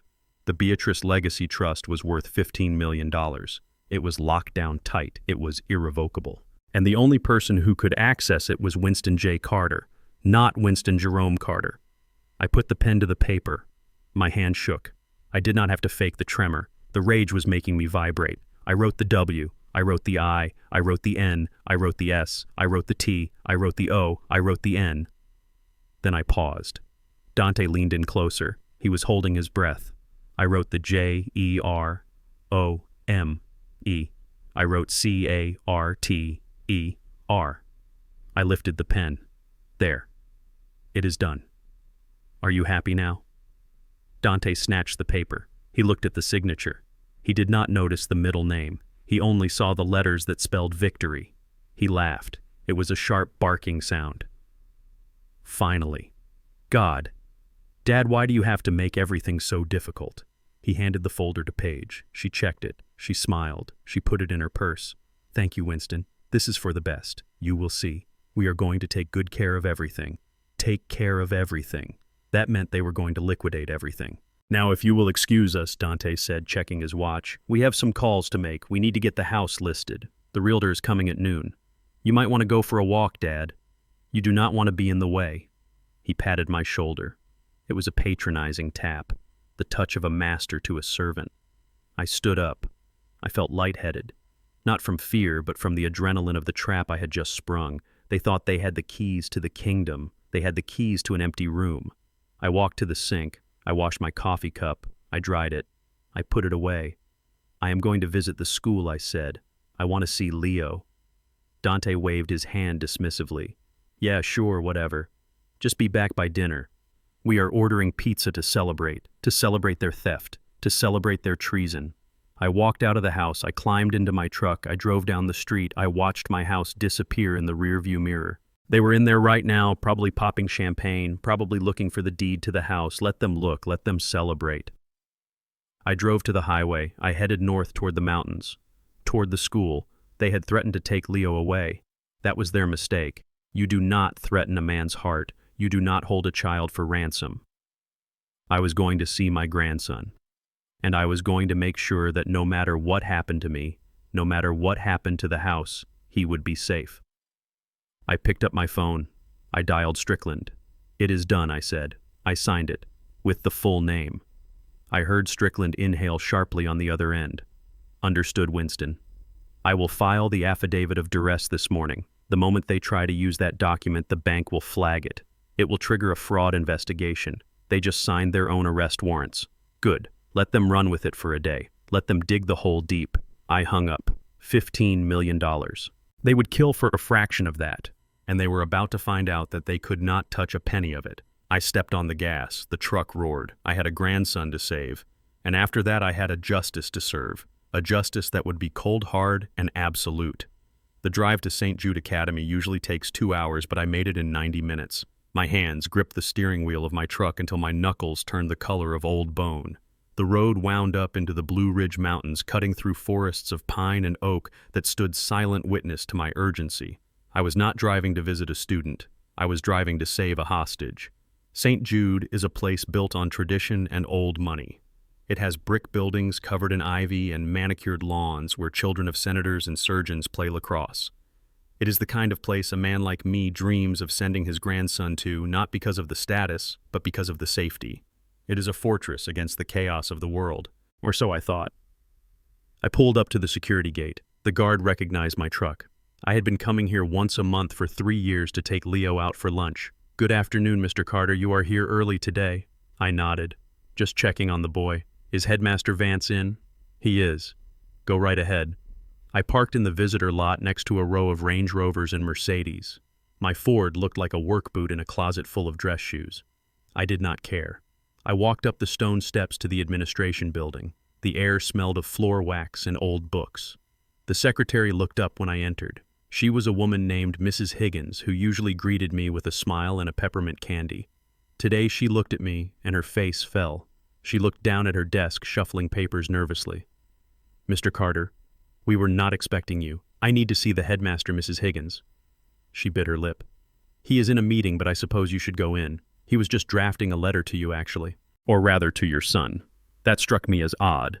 A letter to Dante. Dante never read mail. He only read text messages and betting slips. I walked past her desk and knocked on the heavy oak door. A voice called out to enter. Headmaster Vance was sitting behind a desk that was large enough to land a plane on. He stood up when he saw me, but he did not extend his hand. He looked uncomfortable. He looked like a man who was about to deliver a death sentence. "Winston, I am surprised to see you. We usually see you on the first Saturday. I am here early. I wanted to see Leo, and I wanted to drop off the tuition check personally this month." I reached into my pocket and pulled out the envelope I had prepared. It contained a check for $3,000 drawn from my personal pension account. It was the money I scraped together every month after paying the utility bills. Vance looked at the envelope. He did not take it. He sighed and took off his glasses, rubbing the bridge of his nose. "Winston, please sit down." I sat. The leather chair creaked. "What is wrong? Is Leo in trouble? Is he sick?" "No, Winston. Leo is fine physically. He is a bright boy, one of our best robotics students. But we have a problem, a significant administrative problem." He opened a file folder on his desk. "We have not received a tuition payment for Leo in 6 months. The room stopped spinning. It just stopped. The air left my lungs. 6 months. That is impossible. I give the check to Dante on the 1st of every month. I write it out to the school. He tells me he mails it. He shows me the receipt from the post office." Vance shook his head sadly. "We have received nothing since January. We have sent letters. We have sent emails. We have called your son's number repeatedly. We were told by his wife that the checks were in the mail. Then she told us there was a banking error. Last week she told us that you were having financial difficulties and that we needed to be patient." Financial difficulties. I felt a cold fire ignite in my stomach. I had given Dante $18,000 in the last 6 months. $18,000 meant for his son's education, and he had stolen it. He had stolen it to pay for his car. He had stolen it to pay for Paige's clothes. He had stolen it to feed the slot machines on his phone. And the receipt from the post office. It was fake. He had printed it. He had looked me in the eye every month and lied to me while holding the future of his own child in his hands. So, Leo. Vance looked down at his hands. We cannot carry a student indefinitely, Winston. We are a business. The board met yesterday. We made the decision to terminate Leo's enrollment effective immediately. We were calling your son today to come collect him. Expelled. My grandson was being kicked out of the only stable home he had because his father was a thief. Where is he? He is in his dormitory packing. We told him it was the administrative break. We did not want to upset him. I stood up. My knees felt weak, but my anger held me upright. Do not call Dante. Do not call anyone. I reached into my inner jacket pocket. I pulled out my checkbook, not the one for my pension account. The other one, the one bound in black leather that I kept in the safe. The one linked to the Beatrice Legacy Trust. I opened it. I took my pen. How much for the arrears? $18,000 plus late fees. It comes to $19,500. And how much for the rest of the year? Another $18,000. And for the next 4 years, until he graduates high school. Vance looked at me. His eyes widened. Winston, that is a substantial sum. We are talking about over $100,000. I wrote the date. I wrote the name of the school. In the box for the amount I wrote $150,000. I signed it. Winston J. Carter. I tore the check out. The sound was loud in the quiet office. I slid it across the desk. This covers everything. The arrears, the fees, the tuition, until he walks across that stage with a diploma. And I added enough for the university fund you manage. Vance picked up the check. He looked at the number. He looked at the bank logo. It was a private wealth bank. He looked at me with new eyes. He realized in that moment that he had misjudged the man in the work boots. Winston, I had no idea. No one does. And I want to keep it that way. I leaned forward. I placed my hands on his desk. This money comes with conditions. Name them. First, Dante and Paige never find out about this. As far as they know, Leo is still on the verge of expulsion. If they call you, tell them the board is reviewing the case. Tell them you are giving them a grace period, but do not tell them the bill is paid. Vance nodded slowly. I understand. Privacy is paramount. Second, remove Dante as the primary contact. Remove Paige. I am the primary contact. I am the only person authorized to pick him up. I am the only person authorized to make medical decisions.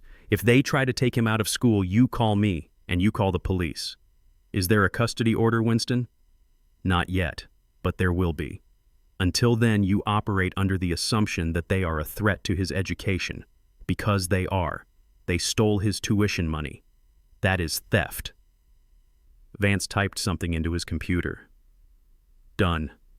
The file is flagged. Security has been notified. I stood up. Can I see him? Of course. He is in Lincoln Hall, room 302. I walked out of the office. The sun was shining outside, but the world felt darker. I walked across the quad. I saw students laughing and throwing frisbees. They did not know how fragile their world was. They did not know that adults could be monsters. I walked into the dormitory. I climbed the stairs to the 3rd floor. I found room 302. The door was open. Leo was sitting on his bed. His suitcase was open. He was folding his shirts carefully, just like I taught him. He looked up when I entered. His eyes were red. He had been crying. Grandpa. He jumped up and ran to me. I caught him. He was getting big. He was solid, but he hugged me like a little boy. He buried his face in my chest. Dad said I have to come home. He said you stopped paying the school. He said you ran out of money.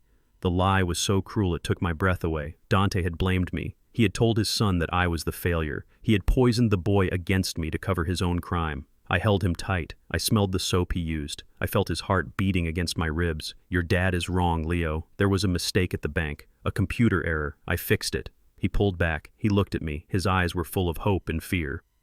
So I can stay. You can stay. You are paid up until you graduate. Nobody is kicking you out. Not today. Not ever. He let out a breath he had been holding for days. He sat back down on the bed. I was scared, Grandpa. I did not want to go back to the house. Mom and Dad are always fighting. Mom throws things. Dad screams. It is scary there. I sat next to him.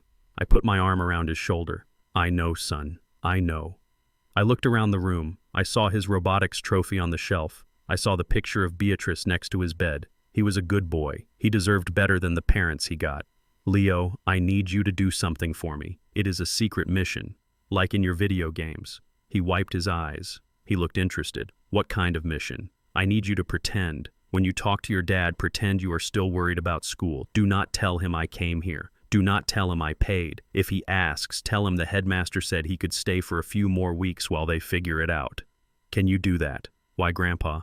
Because I'm trying to fix things at the house. And if they know I have money, they will not learn their lesson. I need to teach them how to be responsible. Leo nodded. He understood responsibility. He was 12 going on 40. Okay, I can do that. Dad never listens to me anyway. We spent the next hour unpacking his suitcase. We put his shirts back in the drawer. We put his books back on the desk. We restored his world. When I left, the sun was setting behind the mountains. The drive back was lonely, but my mind was clear. I had saved Leo. That was the most important thing. But I had done something else too. I had cut off the supply line. Dante relied on that $3,000 check every month. He probably had it spent before I even wrote it. He used it to pay the minimums on his credit cards. He used it to keep the loan sharks at bay. On the 1st of next month, he was going to come to me with his hand out. He was going to ask for the tuition check, and I was going to tell him no. I was going to tell him I was broke. I was going to tell him the well was dry. I was going to watch him panic. He had stolen from his son. He had stolen from his father. He had dug a hole of debt and lies. Now I was going to take away the latter. I drove down the mountain. The city lights twinkled in the distance. My house was down there. The house they were trying to steal. The house they had invaded. Let them have their pizza tonight. Let them celebrate their victory with the power of attorney, because the storm was coming. And this time, I was the one bringing the thunder. The knock on the door was not a request. It was a demand. It sounded like a sledgehammer hitting a support beam. It vibrated through the floorboards and rattled the china in the cabinet. It was 8 o'clock on a Friday night. The air in the house was still thick with the smell of the pepperoni pizza they had ordered to celebrate their victory over me. Dante was on the sofa laughing at a comedy special. Paige was scrolling through her phone, probably looking for luxury condos in Seattle. When the first pound hit the door, the laughter stopped. Dante froze. His face went pale. He looked at the door with the wide, terrified eyes of a deer hearing a twig snap. He knew that knock. It was the knock of consequences arriving ahead of schedule. He scrambled off the sofa. He looked around the room frantically. "Do not answer it, Dad. Do not answer it." He whispered the words. He was sweating. Sweat beads popped out on his forehead instantly. I sat in my recliner. I folded my newspaper. It was the local Gazette. I liked to check the property listings to see what my competitors were building. Why not Dante? Are we expecting company? Please, Dad. Just turn off the lights. Pretend we are not home. The pounding came again. It was louder this time. A voice boomed from the other side. "Dante Carter, open the door. We know you are in there. We saw the Porsche. The Porsche. The car he had returned, but apparently not before everyone in the city had seen him driving it. He had advertised his wealth before he actually had it. I stood up. My knees popped. I walked toward the door. Dante tried to grab my arm. "No, Dad. They will kill me." I shook him off. I did not look at him. I walked to the door. I unlocked the heavy deadbolt I had installed just days before. I opened the door. 2 men stood on my porch. They were big. They were not tall like basketball players. They were wide like linebackers. They wore leather jackets that creaked when they moved. They smelled of stale tobacco and violence. The one in front had a scar running through his eyebrow. He looked at me. He did not see me. He looked past me. "We are looking for Dante." I did not step aside. I filled the doorway. "He is inside." "What is this regarding?" The man smiled. It was not a nice smile. It was a showing of teeth. "It is regarding a debt, a significant debt. Your son has been playing the spread on college football. He is not very good at it. He owes us $200,000. And the grace period expired at noon. $200,000. I kept my face impassive. I did not gasp. I did not flinch. Inside I felt a cold confirmation. This was the hole. This was the reason for the rush. This was why they needed the house. This was why they needed to lock me away. Dante was not just greedy. He was drowning. Dante appeared behind me. He was cowering. He looked small. Please, Marcus. I need a little more time. My dad is selling the house. The paperwork is being processed. I will have the money next week, I swear. Marcus looked at me. He looked at the house. He evaluated the asset. Is that true, old man?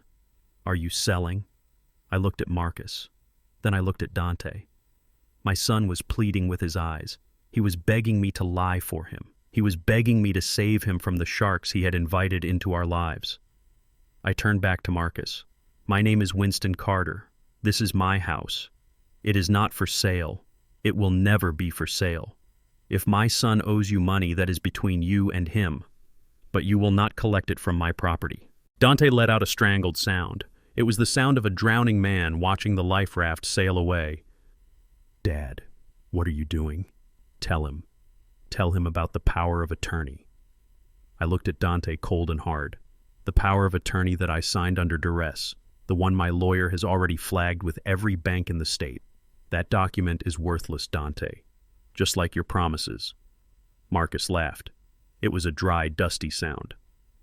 Well, Dante, it looks like Daddy is not playing ball. You have 48 hours. After that, we start breaking things, and we will start with your knees. He pointed a thick finger at me. You have a nice porch, old man. Be ashamed if something happened to it. Get off my property. I said it quietly, but I said it with the weight of a man who has poured the concrete under their feet. Marcus looked at me. He saw something in my eyes. Maybe he saw the soldier I used to be. Maybe he just saw a man who had nothing left to lose. He stepped back. 48 hours, Dante. Tick-tock. They turned and walked down the steps. They got into a black SUV and drove away. I closed the door. I locked the deadbolt. I turned around. The explosion happened instantly. You crazy old bastard! You just signed my death warrant! Dante was screaming. He was pacing the room, tearing at his hair. He was vibrating with terror and rage. 200,000, Dad. Do you know what they do for 200,000? They do not just break knees. They make people disappear. Paige stood up. She had been watching from the hallway. Her face was twisted. The mask of the sophisticated wife fell away completely. Underneath was a feral creature, cornered and vicious. You selfish, senile old man. She walked toward me. Her finger was pointed at my face. Her nail polish was chipped. We are trying to save this family. We are trying to build a future. And you stand there with your self-righteous attitude and doom us all. Why? For this house. For this pile of rotting wood. You cannot take it with you, Winston. You are going to die soon anyway. Why not help your son while you are still breathing? I looked at her. Help him. Is that what you call it? You call stealing my retirement helping. You call forging medical records helping. You call threatening to take my grandson away helping. Paige scoffed. We did what we had to do. Because you are too stubborn to do the right thing. You hoard your money while Dante suffers. You have a pension. You have Social Security. You do not need the equity in this house. We need it. We deserve it. Deserve. That word again. The anthem of their generation. I walked past them. I did not engage. You cannot reason with a hurricane. You just batten down the hatches. I went to my recliner. I sat down. I picked up my newspaper. I snapped it open. I began to read an article about the local zoning board meeting.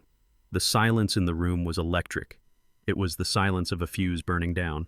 My calmness was the spark. They wanted me to yell. They wanted me to cry. They wanted me to open my checkbook and fix it. By doing nothing, I was denying them their reality.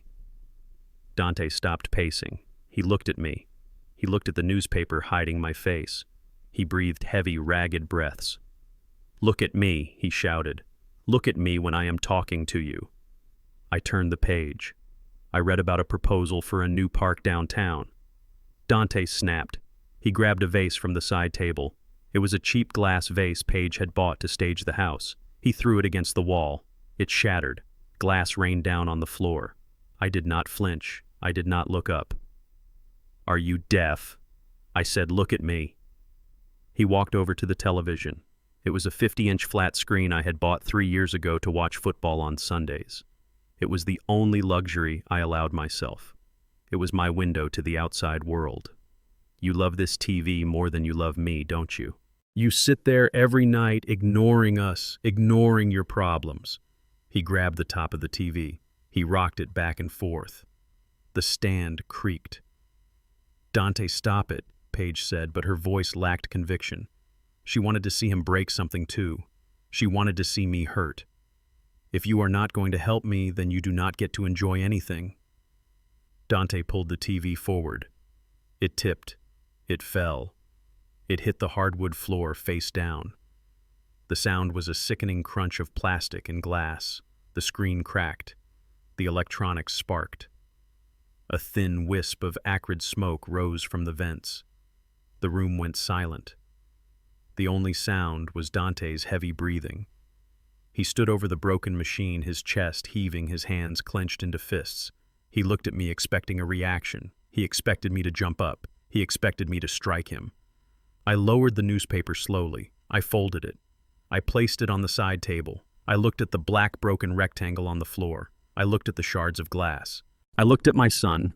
I stood up. I walked over to the TV. I stepped over it. I walked to the fireplace. I picked up the broom and the dustpan I kept in the corner. I began to sweep. I swept the glass into a pile. The sound of the bristles on the wood was rhythmic. Swish, swish, swish. Dante watched me. His eyes were wide. He looked terrified, not of me, but of my reaction. My silence was terrifying him more than any scream could. "Say something, damn it. Yell at me. Hit me. Do something." I stopped sweeping. I leaned on the broom handle. I looked him in the eye. "You broke the vase, Dante. That was $20. You broke the TV. That was $500. You owe the bookies $200,000. I paused. I let the numbers hang in the air. "You are a man who breaks things, Dante. That is all you are. You break promises. You break trust. You break furniture. And now you have broken the last thread of respect I had for you." Dante stepped back. He looked like I had slapped him. "I am your son. No, you are a debtor and I am not your bank." I turned back to the mess. I swept the debris into the dustpan. I walked to the kitchen and dumped it in the trash. Then I walked to the hallway. "I am going to bed. Clean up the rest." And Dante. I stopped at the foot of the stairs. I did not look back. "Do not ask me for money again. The bank is closed. Permanently." I walked up the stairs. I heard Paige sobbing in the kitchen. I heard Dante kicking the wall. I heard the sound of a family dissolving. I went into my room. I locked the door. I sat on the bed. My hands were trembling now. Not from fear, from sorrow. He had broken the TV. He thought that would hurt me. He thought that would break me. He did not understand. The TV was just things, plastic and wire. What he had really broken was the illusion that there was anything left to save. I reached for my phone. I opened the app connected to the hidden cameras. I saved the footage of the last 20 minutes, the threats, the admission of the gambling debt, the violent destruction of property. It was all there, in high definition. I sent the file to Strickland. I sent a copy to Detective Miller, who I had met with the day before. I lay down on the bed. I stared at the ceiling. Tomorrow. Tomorrow would be the end. They thought they were desperate tonight. They had no idea what desperation felt like. They would find out when the sun came up.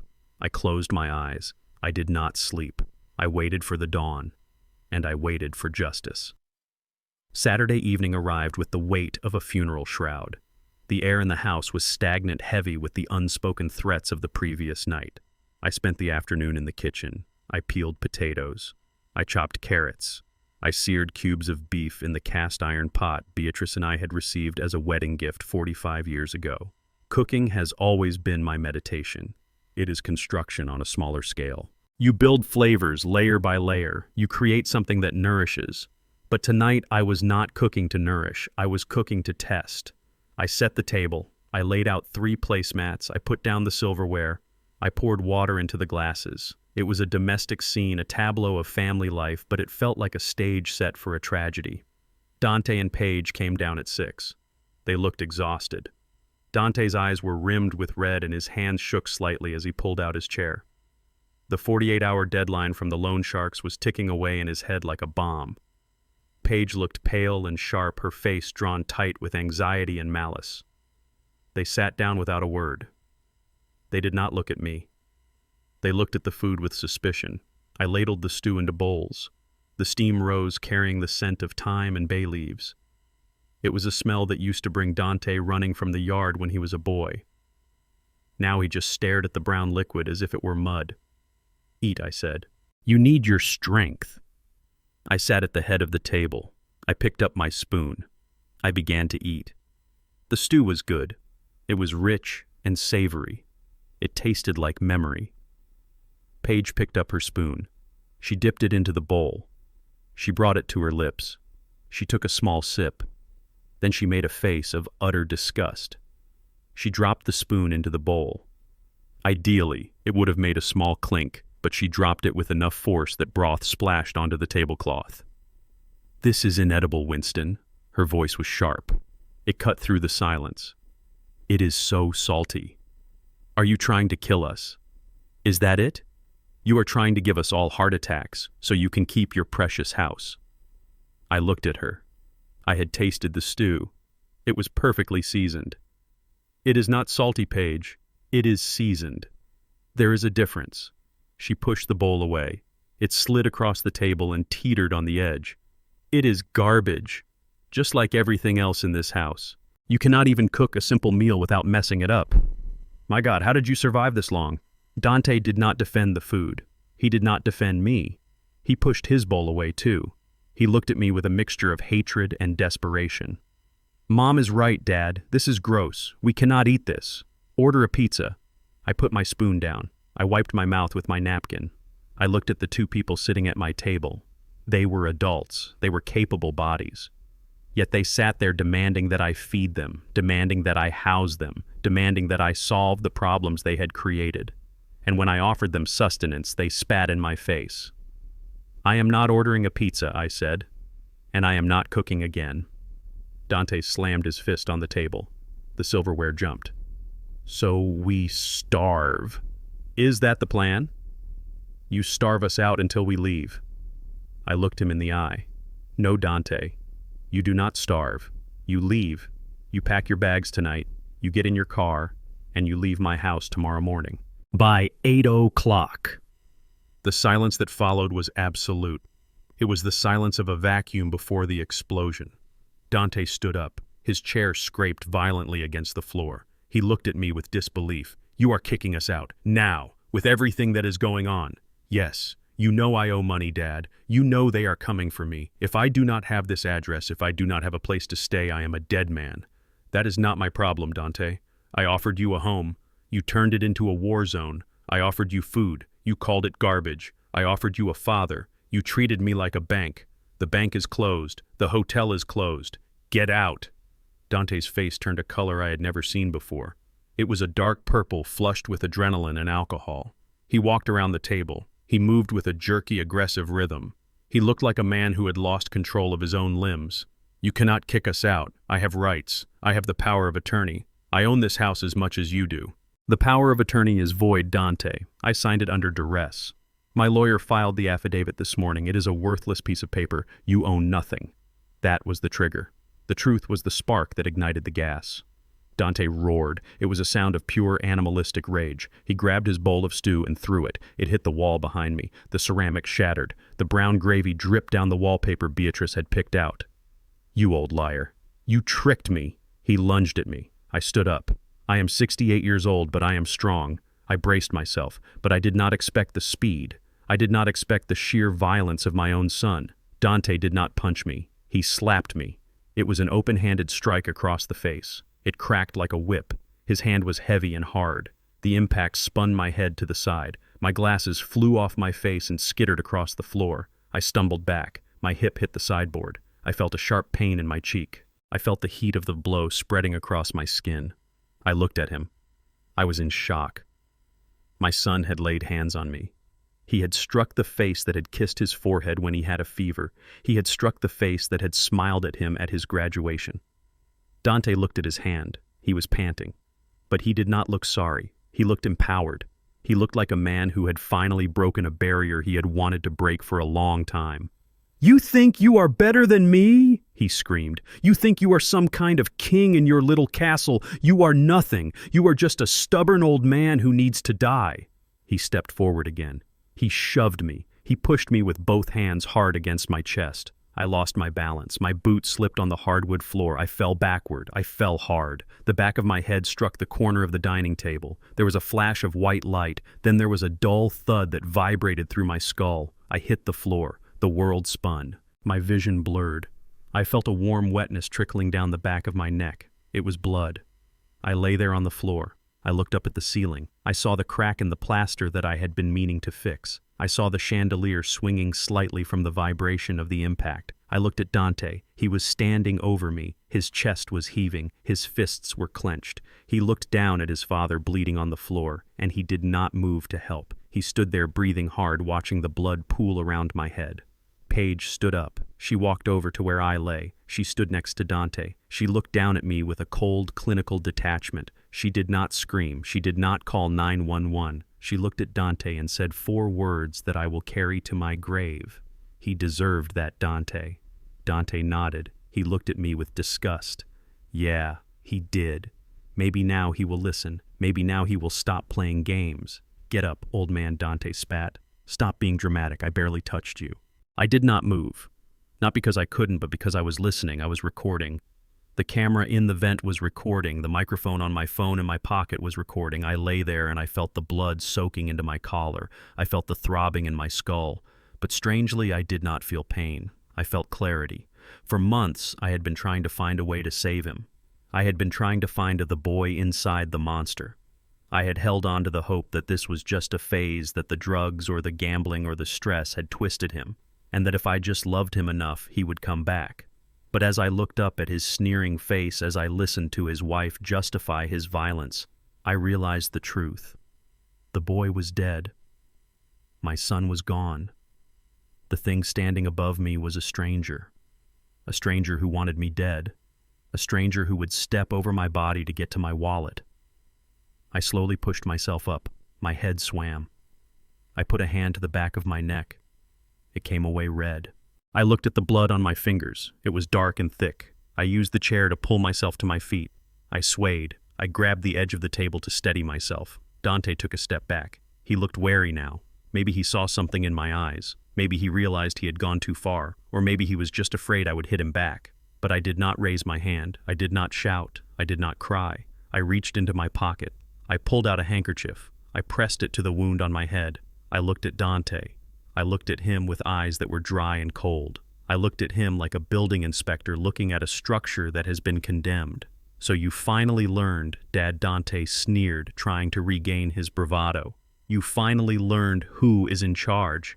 I took a deep breath. I tasted the copper of blood in my mouth. "Yes, Dante," I said. My voice was low. It was steady. It did not shake. "I have learned my lesson." Dante smirked. He looked at Paige. They exchanged a look of victory. They thought they had broken me. They thought the violence had worked. They thought I was submitting, good Paige said. "Now clean up this mess. And tomorrow we are going to the bank. And no more tricks." I did not answer. I turned around. I walked out of the dining room. I walked past the broken bowl on the floor. I walked past the splatter of stew on the wall. I walked down the hallway to my bedroom. I walked with a straight back. I did not limp. I heard Dante laugh behind me. "See, Paige, you just have to show him who is boss. He is soft. He always was." I went into my room. I closed the door. I turned the lock. I went to the bathroom. I looked in the mirror. There was a gash on the back of my head about 2 inches long. It was bleeding freely. I opened the first aid kit. I cleaned the wound. It stung, but the pain was distant. I applied a butterfly bandage. I stopped the bleeding. I looked at my reflection. My eyes were hard. They were the eyes of a stranger. "I have learned my lesson," I whispered to the mirror. "I learned that blood does not make you family. I learned that mercy is a weakness when you are dealing with predators. I learned that you cannot save someone who wants to drown you." I walked back into the bedroom. I sat on the edge of the bed. The assault was the final piece. It was the physical evidence. It was the felony. I picked up my phone.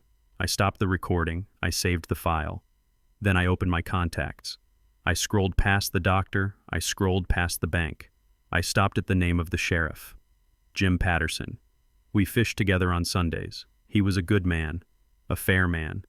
And I scrolled to the name of Detective Miller, the man investigating the fraud ring that Dante's bookie was part of. And I scrolled to Strickland. It was time. They wanted the bank, they wanted the house, they wanted control. Tomorrow morning I would give them exactly what they asked for.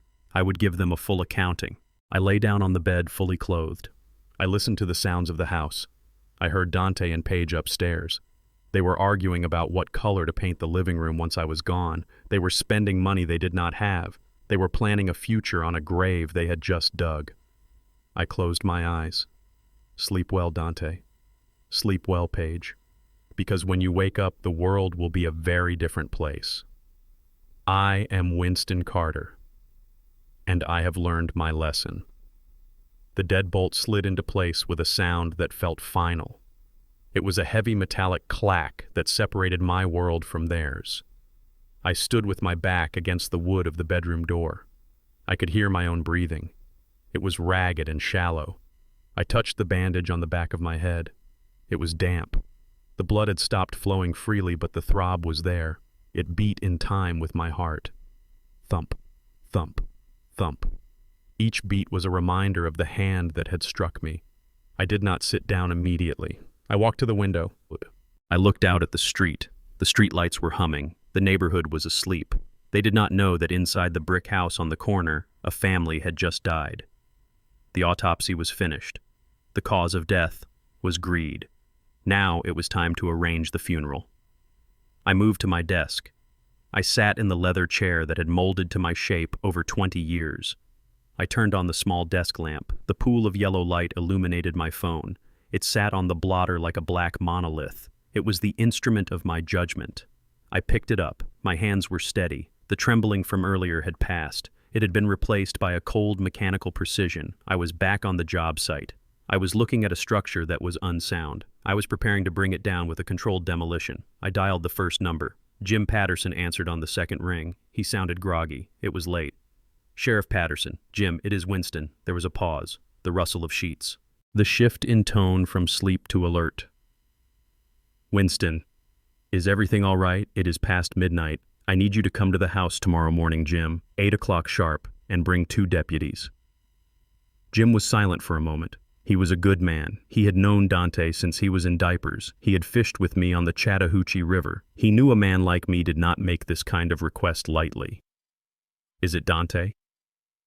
Yes. He assaulted me tonight. I heard Jim exhale. It was a long, heavy breath. Are you hurt, Winston? Do you need an ambulance? I am walking. I am talking. But he drew blood, Jim. He put me on the floor, and he destroyed property. I have it all on video. On video. Yes. I need you to arrest him, Jim. I need you to charge him.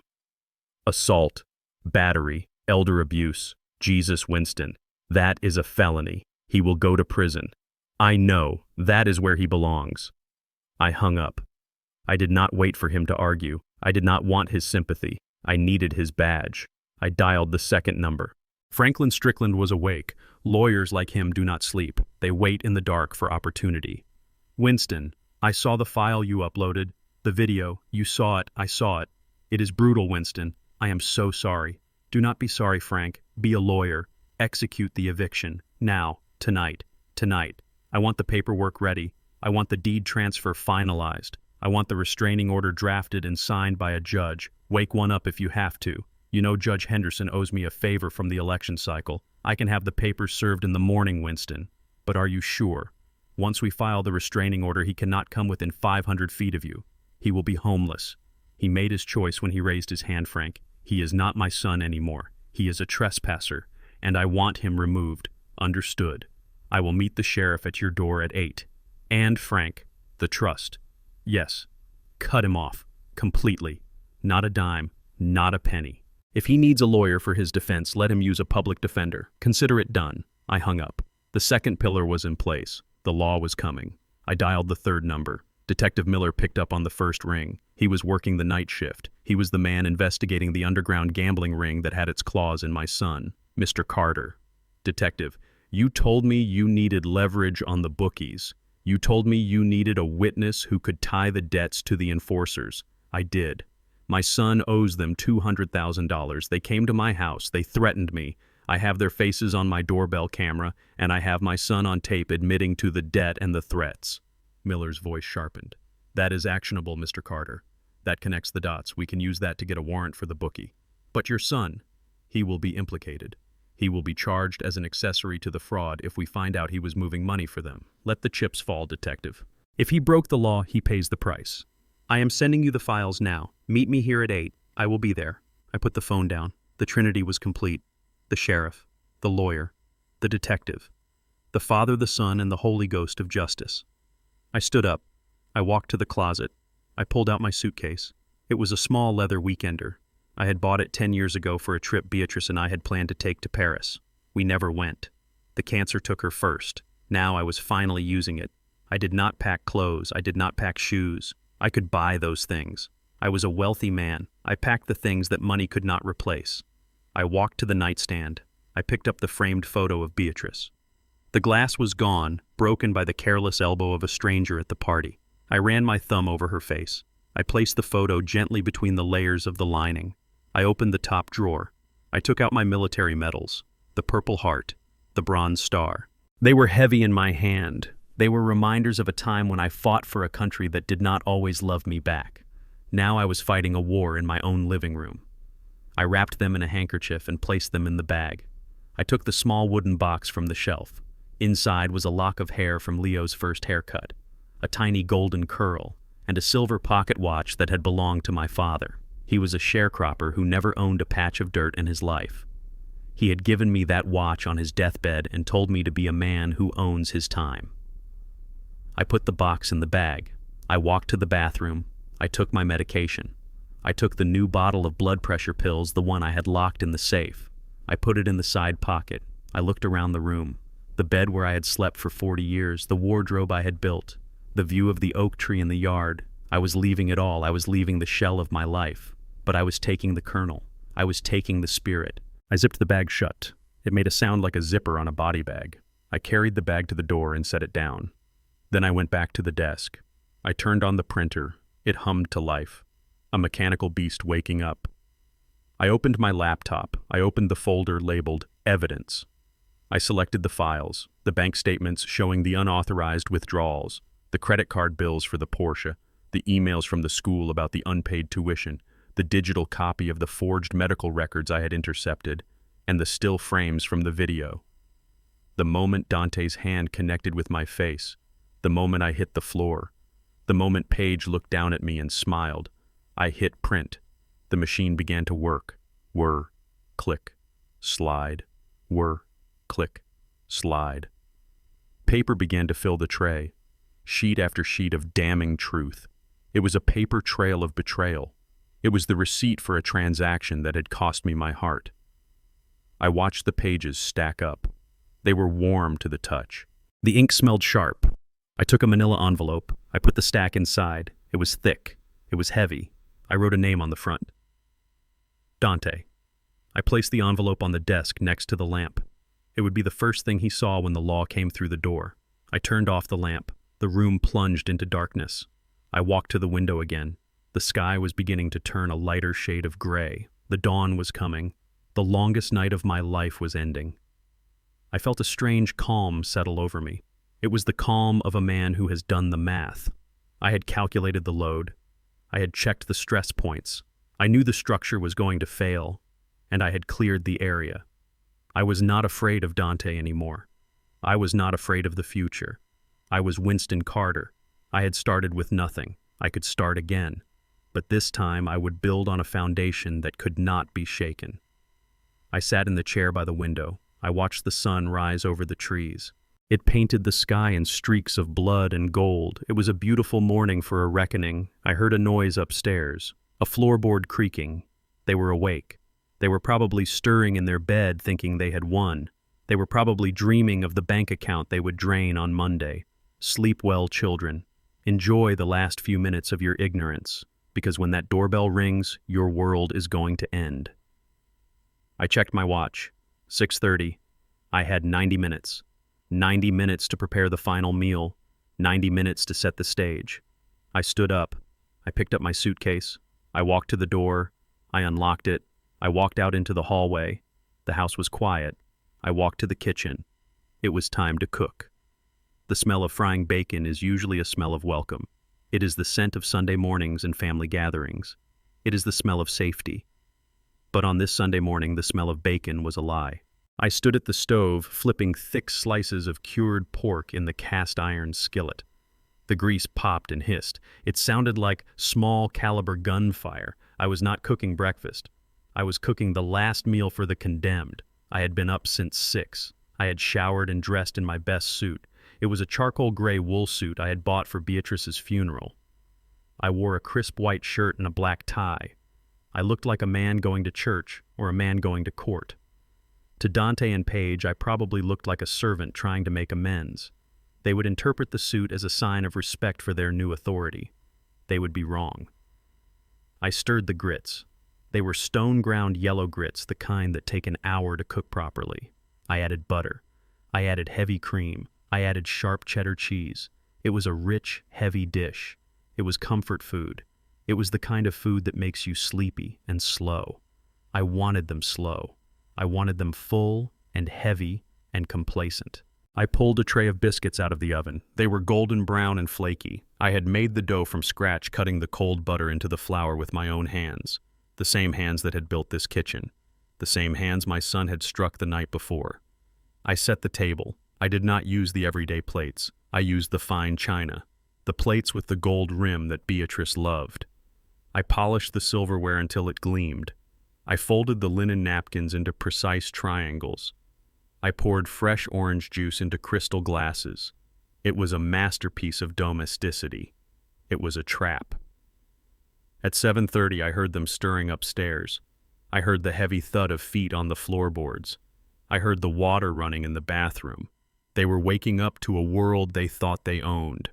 They were waking up believing that the violence of the night before had solved their problems. They thought they had broken the old mule, and now he was ready to pull the plow. Dante came down first. He was wearing a silk robe he had bought with my money. He looked rough. His hair was messy, and his eyes were puffy from sleep and whatever he had taken to calm his nerves. He stopped in the doorway of the kitchen. He sniffed the air. A slow, arrogant smile spread across his face. Well, look at this. He walked into the room. He walked with a swagger I had never seen before. It was the walk of a man who thinks he has won the lottery. I knew you would come around, Dad, I told Paige. I said the old man just needs a wake-up call. He just needs to know we are serious. He pulled out his chair and sat down. He did not ask if I was okay. He did not look at the bandage on the back of my head. He looked at the bacon. He picked up a piece and bit into it. Grease ran down his chin. This is good. You finally learned how to listen. I stood by the stove holding the coffee pot. I poured steaming black coffee into his mug. I did not shake. My hand was steady. Eat up, Dante. You have a big day ahead of you. He laughed. It was a wet, crunching sound. Yeah, I do. We are going to the bank at 9. Then, we are meeting the realtor at 10. We are going to list this place for $500,000. Fast sale. Cash only. We will be out of your hair in a month, Dad. We are going to put you in a nice little apartment. Somewhere quiet. You will like it. He was selling my life while eating my food. He was burying me between bites of sausage. Paige walked in a moment later. She was wearing a matching loungewear set that looked expensive and useless. She saw the spread on the table. She saw me in my suit. She stopped and crossed her arms. A suit. Winston. Really, a little dramatic, don't you think? I looked at her.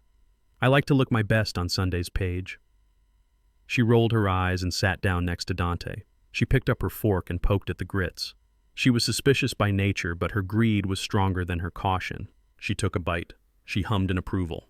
At least you did not oversalt it this time. See, Winston, it is not hard to be useful. You just have to stop being so stubborn. You have to realize that your time is over. It is our turn now. I watched them eat. They ate like wolves. They shoveled the food into their mouths as if they were starving. They were starving for power. They were starving for control. And they thought they were eating victory. Dante reached for a biscuit. He buttered it thickly. You know, Dad, I felt bad about hitting you last night. I really did.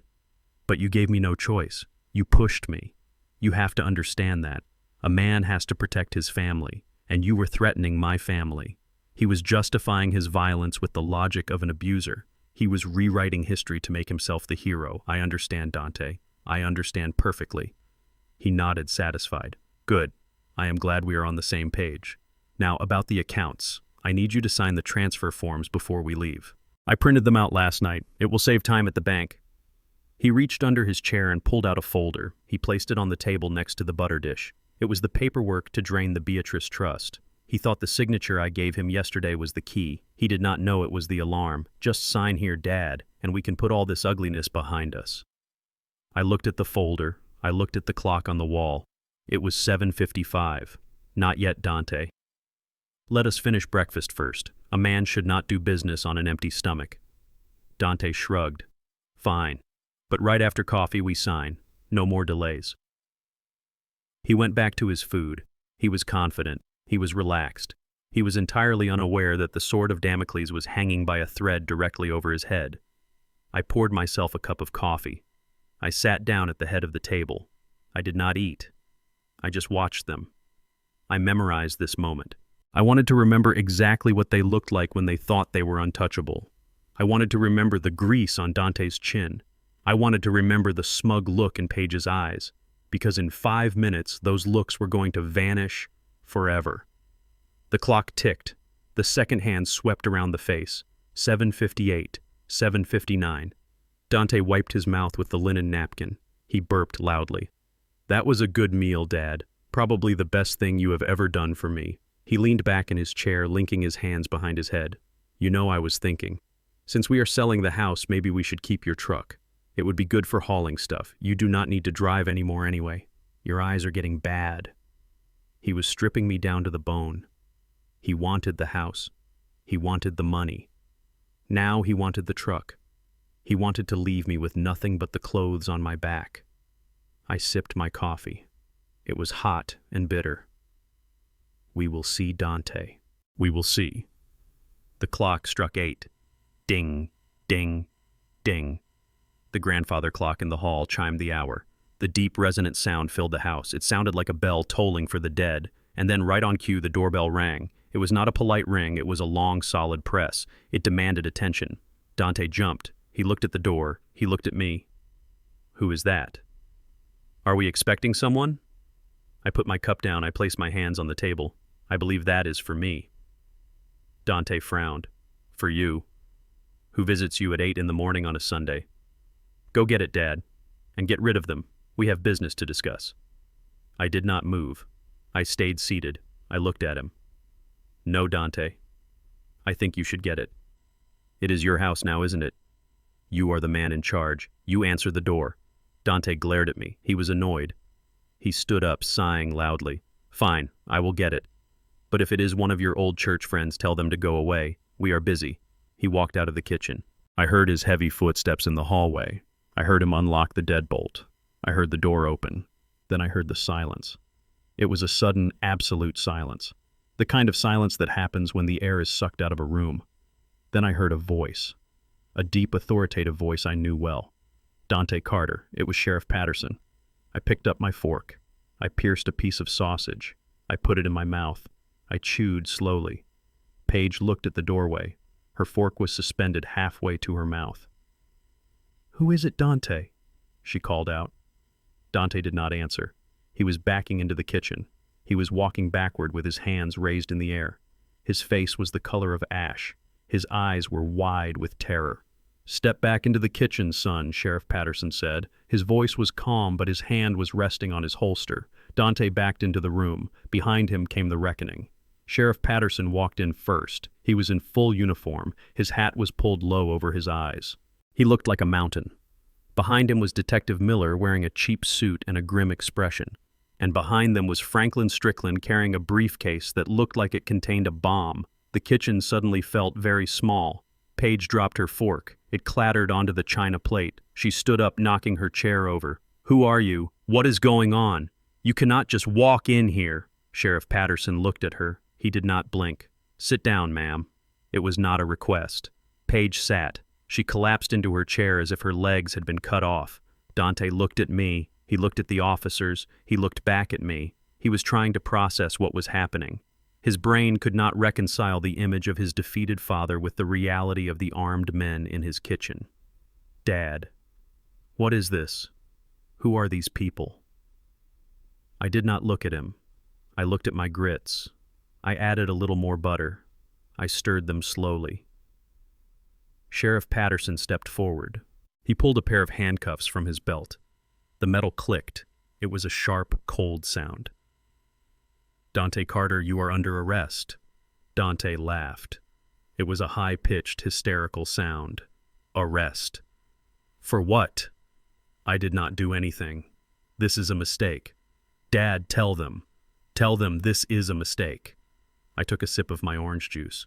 It was sweet and cold. Patterson continued, his voice monotone and heavy. You are under arrest for the aggravated assault and battery of a senior citizen. You are under arrest for financial fraud. You are under arrest for conspiracy to commit elder abuse. And you are under arrest for operating an illegal gambling enterprise. He grabbed Dante's wrist. He spun him around. He slammed him against the refrigerator. The magnets fell off. The picture of Leo fell to the floor. Dante screamed, Ow! You are hurting me. Dad, help me. Help me. I buttered a biscuit. I spread the jam carefully to the edges. I took a bite. Paige screamed, You cannot arrest him. He is innocent. This is harassment. I am calling my lawyer. Strickland stepped forward. He placed his briefcase on the table right on top of the Beatrice Trust folder. He opened it. He pulled out a stack of papers. Mrs. Carter, you do not need a lawyer. You need a miracle. He handed her a document. This is a restraining order. It orders you to vacate these premises immediately. You have 10 minutes to collect your personal effects. Anything left behind will be considered abandoned property. Paige looked at the paper. Her hands were shaking so hard she could barely hold it. Evicted. But we live here. We have rights. Winston, tell him we live here. I did not answer. I kept eating. I focused on the texture of the grits. I focused on the taste of the sausage. I was in my own world, a world where they did not exist. Detective Miller walked over to Dante, who was now cuffed and pressed against the fridge. We also have a warrant for your phone, Dante. We know about the bookies. We know about the debt, and we know about the transfers you tried to make this morning. It is over, son. Dante twisted his head to look at me. Tears were streaming down his face. Snot was running from his nose. He looked pathetic. He looked like a child who had broken a window and was waiting for the punishment. Dad, please, do not let them take me. I am sorry. I am so sorry. I did not mean to hit you. I was stressed. Please, Dad, look at me. I swallowed my food. I wiped my mouth with the napkin. I placed the napkin on the table next to my plate. I stood up slowly. I adjusted my tie. I smoothed my jacket. I turned to Sheriff Patterson. Sheriff, would you like some coffee? It is fresh. Patterson looked at me. He saw the bruise on my cheek. He saw the bandage on my head. He saw the resolve in my eyes. No, thank you, Winston. We need to transport the prisoner. I nodded. Very well. Get this trash out of my kitchen. Dante wailed. It was a long, animalistic sound of despair. Dad, no. You cannot do this. I am your son. I walked over to him. I stood inches from his face. I looked into his eyes. I searched for the boy I had raised. I searched for the son I had loved. I found nothing. I found only a stranger who owed me a debt he could never pay. My son would never hit his father, I said softly. My son would never steal from his own child. My son died a long time ago, Dante. You are just the man who killed him. I turned my back on him. Take him away, Jim. Patterson hauled Dante toward the door. Dante fought. He kicked. He screamed. But he was no match for the law. They dragged him out of the kitchen, down the hallway, and out the front door. Paige sat at the table, frozen. She looked at the empty doorway. She looked at me. Winston, please. I have nowhere to go. My parents will not take me back. I have no money. I looked at her. I looked at the woman who had thrown my wife's rug in the mud. I looked at the woman who had mocked my cooking and my life. You have 10 minutes, Paige. And the clock started 2 minutes ago. I sat back down. I picked up my fork. I went back to my breakfast. Strickland stood by the door, checking his watch. He did not say a word. He just watched her. Paige stood up. She looked at me with pure hatred. "I hope you rot in this house, Winston. I hope you die alone." I did not look up. I would rather die alone than live with snakes. She ran out of the room. I heard her running up the stairs. I heard her throwing things into a bag. She was frantic. She was terrified. I took another bite of grits. They were still warm. They were delicious. Outside, I saw the lights of the police cruiser flashing through the window. Blue and red. Blue and red. The colors of emergency. The colors of justice. I ate my breakfast in silence. The house was quiet again. The shouting was gone. The chaos was leaving. I was Winston Carter. I was 68 years old, and I was finally eating in peace. The sound of handcuffs ratcheting shut is a sound you never forget.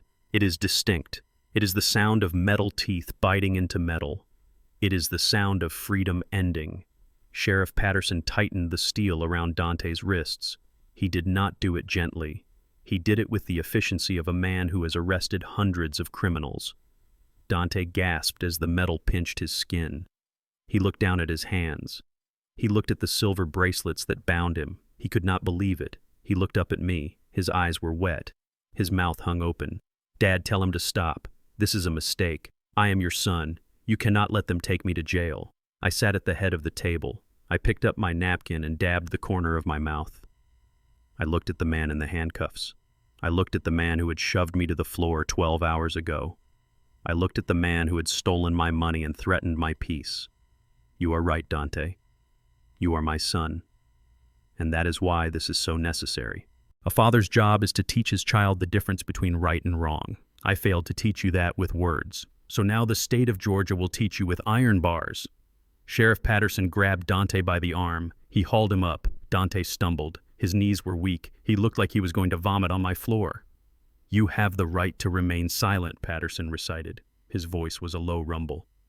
"Anything you say can and will be used against you in a court of law." Dante began to sob.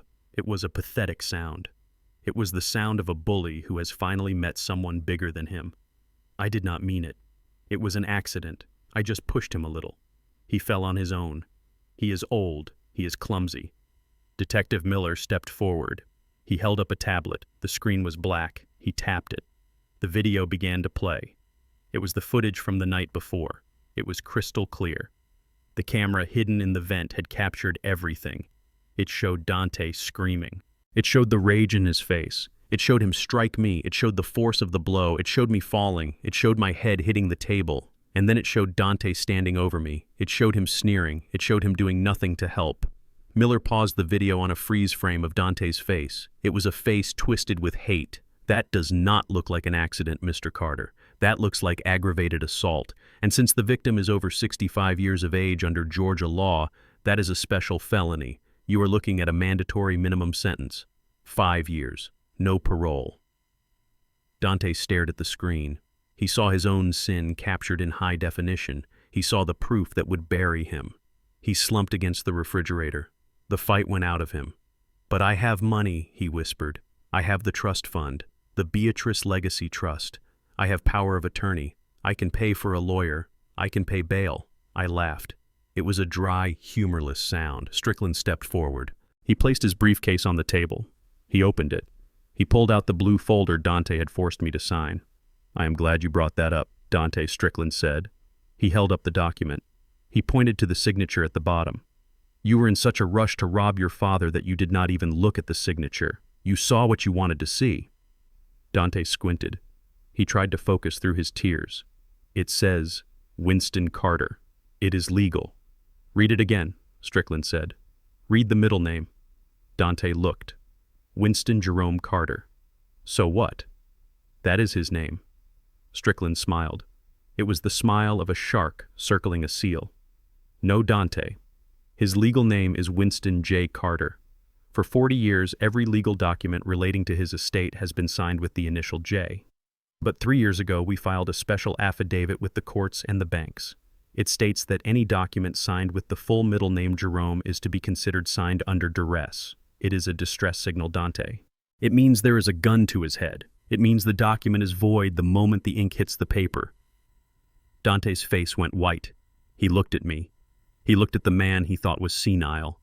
He looked at the man he thought he had outsmarted. You played me. I took a sip of coffee. I protected myself. There is a difference. Strickland dropped the folder on the table. The bank was notified at 8:01 this morning. The moment you tried to access the account, the fraud alert was triggered.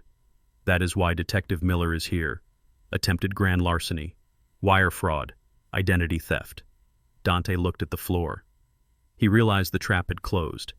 He realized he was not just going to jail for hitting me, he was going to federal prison for trying to steal a fortune he never earned. Sheriff Patterson pulled him toward the door. Let us go, son. You have a date with a judge. Dante looked back at me one last time.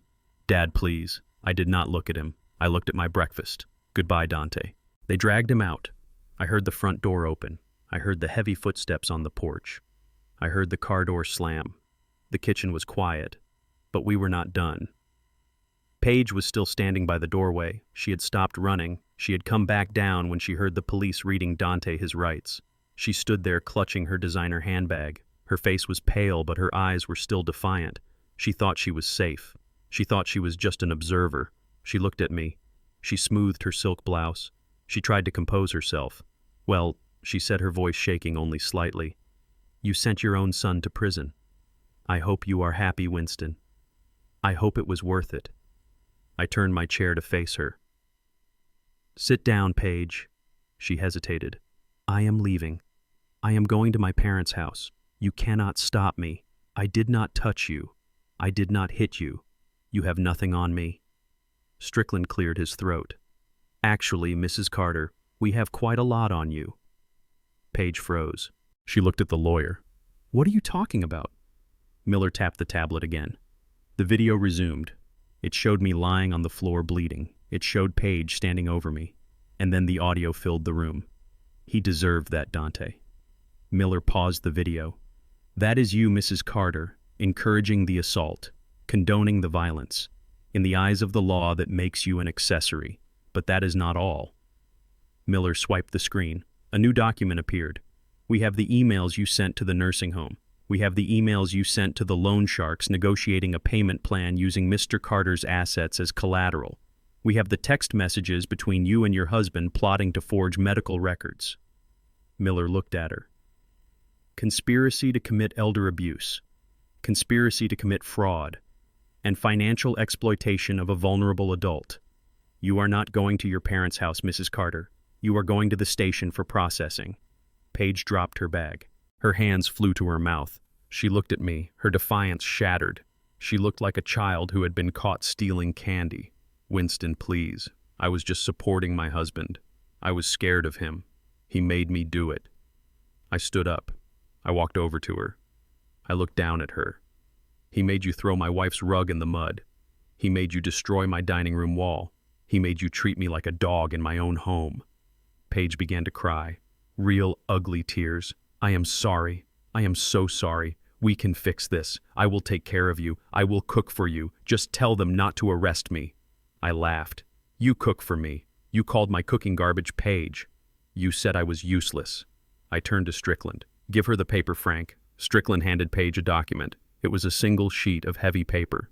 This is a notice to quit. It is an eviction notice effective immediately. You are not a tenant. You are a squatter. You have 10 minutes to remove your personal effects from the premises. Anything left behind will be donated to the Salvation Army.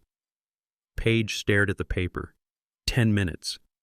But my clothes, my jewelry, I cannot pack in 10 minutes. Then you better start moving, Strickland said, checking his watch. You have 8 minutes left. Paige looked at Miller. Am I under arrest? Not yet, Miller said. The district attorney wants to interview you first. He wants you to come in voluntarily this afternoon. If you do not show up, then we issue the warrant. But right now, you are being evicted, and Mr. Carter wants you off his property. Paige looked at me. She saw the wall I had built. She saw that there was no door for her. I hate you, she hissed. You are a cruel old man. I nodded. Maybe. But I am a free man, and I am a man who owns his house. Now get out. She turned and ran. She did not go upstairs. She ran out the front door. She left her clothes. She left her shoes. She left her dignity on the kitchen floor. She ran because she knew that if she stayed 1 minute longer, she would end up in cuffs like Dante. The front door slammed shut. The silence returned. But this time it was a clean silence. It was the silence of a job well done. It was the silence of a structure that has been purged of rot. I looked at Strickland. I looked at Miller. I looked at Patterson, who had come back inside after securing Dante in the car. "Gentlemen," I said, "thank you." Patterson took off his hat. "I am sorry it came to this, Winston. I really am." "Do not be," I said. "It had to happen. The termite does not apologize for eating the wood. You just have to remove it." Strickland put the folders back in his briefcase. "The restraining order is active, Winston. If they come within 500 feet of this house, they go straight to jail. I will have the locks changed within the hour. I have a locksmith waiting outside." "Good." I walked to the window. I looked out at the driveway. I saw Dante in the back of the police cruiser. His head was bowed against the window. He was crying. For a moment, I felt a pang of sorrow. He was my blood. I had held him when he was a baby. I had taught him to ride a bike. But then I touched the bandage on my head. I felt the throb of the wound. I remembered the look in his eyes when he hit me. I turned away from the window. I walked back to the table. The grits were cold. The biscuits were hard. But the house was mine again. I sat down. I picked up my coffee cup. It was empty. I looked at my friends. "Who wants breakfast? I can make a fresh batch." Patterson smiled. It was a sad smile, but it was real. "I could eat, Winston." "Me too," Miller said. I stood up. I walked to the stove. I turned on the burner. The blue flame flickered to life. I was Winston Carter. I was 68 years old. I had lost a son. But I had regained my life, and that was a trade I was willing to make. The police cruiser began to roll down the driveway, but then it stopped. Dante had started screaming again. He was thrashing against the window like a trapped bird. He shouted for the deputy to wait. He had one last thing to say, one last curse to hurl at the father who had just cut him off. He needed to have the final word because he had lost everything else. I walked out onto the porch. The morning sun was fully up now, bathing the street in a stark, unforgiving light. The neighbors were out. Mrs. Higgins from across the street was watching from her garden. Mr. Henderson was standing by his mailbox. They saw the police car. They saw the handcuffs. They saw the ruin of my family. But I did not feel shame. I felt lighter than air. I stopped at the top of the stairs. I looked down at the car window where Dante's face was pressed against the glass. He looked distorted. He looked ugly. "You think you won," he screamed. His voice was hoarse. "You think you are a big man now, but look at you. You are an old man in a falling down house. You have nobody. You are going to die in that rocking chair and nobody will find you for weeks. You need me, Dad. You will always be alone in this dump." I reached into the inside pocket of my jacket. I pulled out a leather case. It was not a wallet. It was a cigar case made of Moroccan leather with my initials WJC embossed in gold. I opened it and took out a Cohiba Behike. It was a cigar that cost more than Dante's weekly grocery budget. I had been saving it for a special occasion. I had thought maybe I would smoke it when Leo graduated college, but today felt like a graduation of sorts. I took out my gold cutter and snipped the end. I struck a match against the porch railing. I held the flame to the tobacco. I puffed slowly until the tip glowed a bright, steady orange. I exhaled a long plume of blue smoke into the morning air. It smelled of earth and victory. I walked down the steps. I walked until I was standing right next to the police car. I leaned down so my face was level with the window. Dante stopped screaming. He stared at the cigar. He stared at the gold cutter in my hand. He had never seen me smoke. He had never seen me hold anything that expensive. "You are wrong, Dante," I said. My voice was calm. It was the voice of a man explaining the laws of physics to a child.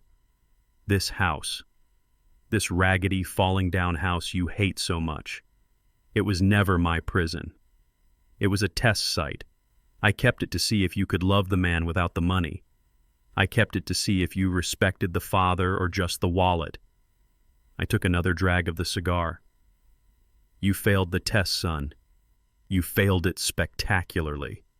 Dante looked confused. "What are you talking about?" I gestured to the street. "Turn your head, Dante. Look."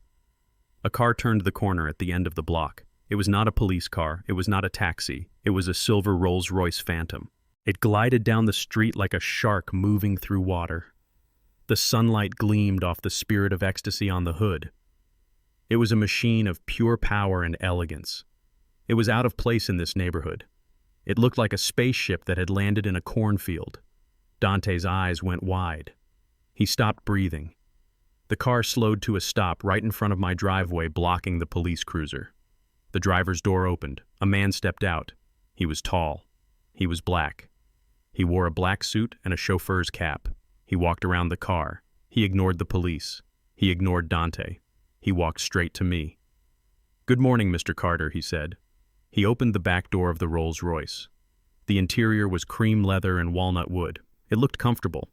It looked like a throne room. Dante stared, his mouth hung open. "Who is that, Dad? Whose car is that?" I looked at my son. I looked at the man who had called me a pauper. "It is my car, Dante. I bought it last year. I keep it in a garage downtown. I do not drive it here because I did not want to spoil you. I did not want you to become lazy." But I guess it did not matter. "You became lazy anyway." Dante shook his head. "No. You are lying. You are broke. You have a pension." I laughed. It was a deep, rich sound. "I have a pension, Dante, and I have the Beatrice Legacy Trust, and I have the Carter Holdings Group. You know that skyscraper downtown? The one with the glass spire? The one you said you wanted to work in one day because it was where the real players were?" Dante nodded dumbly. "I own it, Dante. I built it. I own 51% of the stock, and the penthouse on the top floor. That is my apartment. That is where I am going." Dante's face crumbled. The realization hit him like a physical blow. He had not just lost a few $1,000s. He had not just lost a house in the suburbs. He had walked away from an empire. He had beaten his father for pennies when he could have inherited millions if he had just been a decent human being. "No," he whispered. "No, Dad. You are lying. Tell me you are lying." "I am not lying, son. I am leaving." I turned to the deputy in the front seat. "Officer, you can take him now. He has a long time to think about his choices." The deputy nodded. He put the car in gear. Dante started screaming again. But this time it was not anger. It was pure regret. It was the sound of a man watching his soul burn down.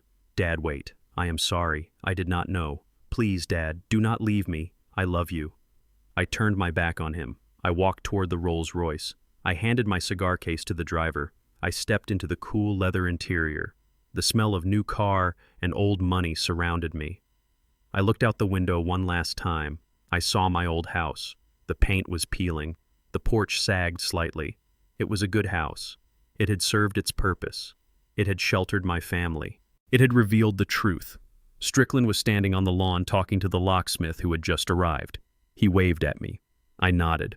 The driver closed my door. The sound was a solid thud that shut out the world. The screaming from the police car was muffled now. It sounded distant, like a bad memory. "Where to, Mr. Carter?" the driver asked, looking at me in the rearview mirror. "Take me home, James," I said. "Take me to the tower."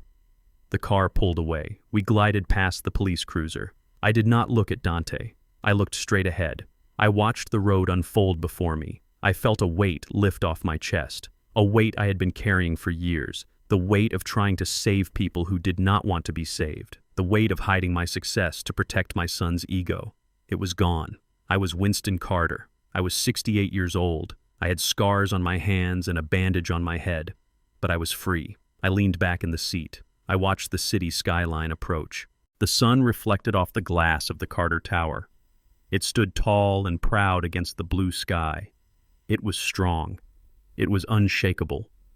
Just like me. I closed my eyes, and for the first time in a long time I smiled. The nightmare was over. The morning had come, and the view from the top was going to be magnificent. I learned that silence is not weakness. It is a container for power. For years I stayed quiet to keep the peace thinking. I was protecting my family, but I was only feeding their greed. Real strength is not about how loud you can scream. It is about knowing your worth when everyone around you is trying to discount it. I built skyscrapers on bedrock, but I tried to build a family on sand. Now I know that you cannot save people who are determined to destroy you. Sometimes the most loving thing you can do is let them face the consequences. Dignity is the only asset that truly matters. If this story resonated with you, please hit the like button and subscribe to the channel. And tell me in the comments, Have you ever had to cut off a toxic family member to save your own peace? I want to hear your story.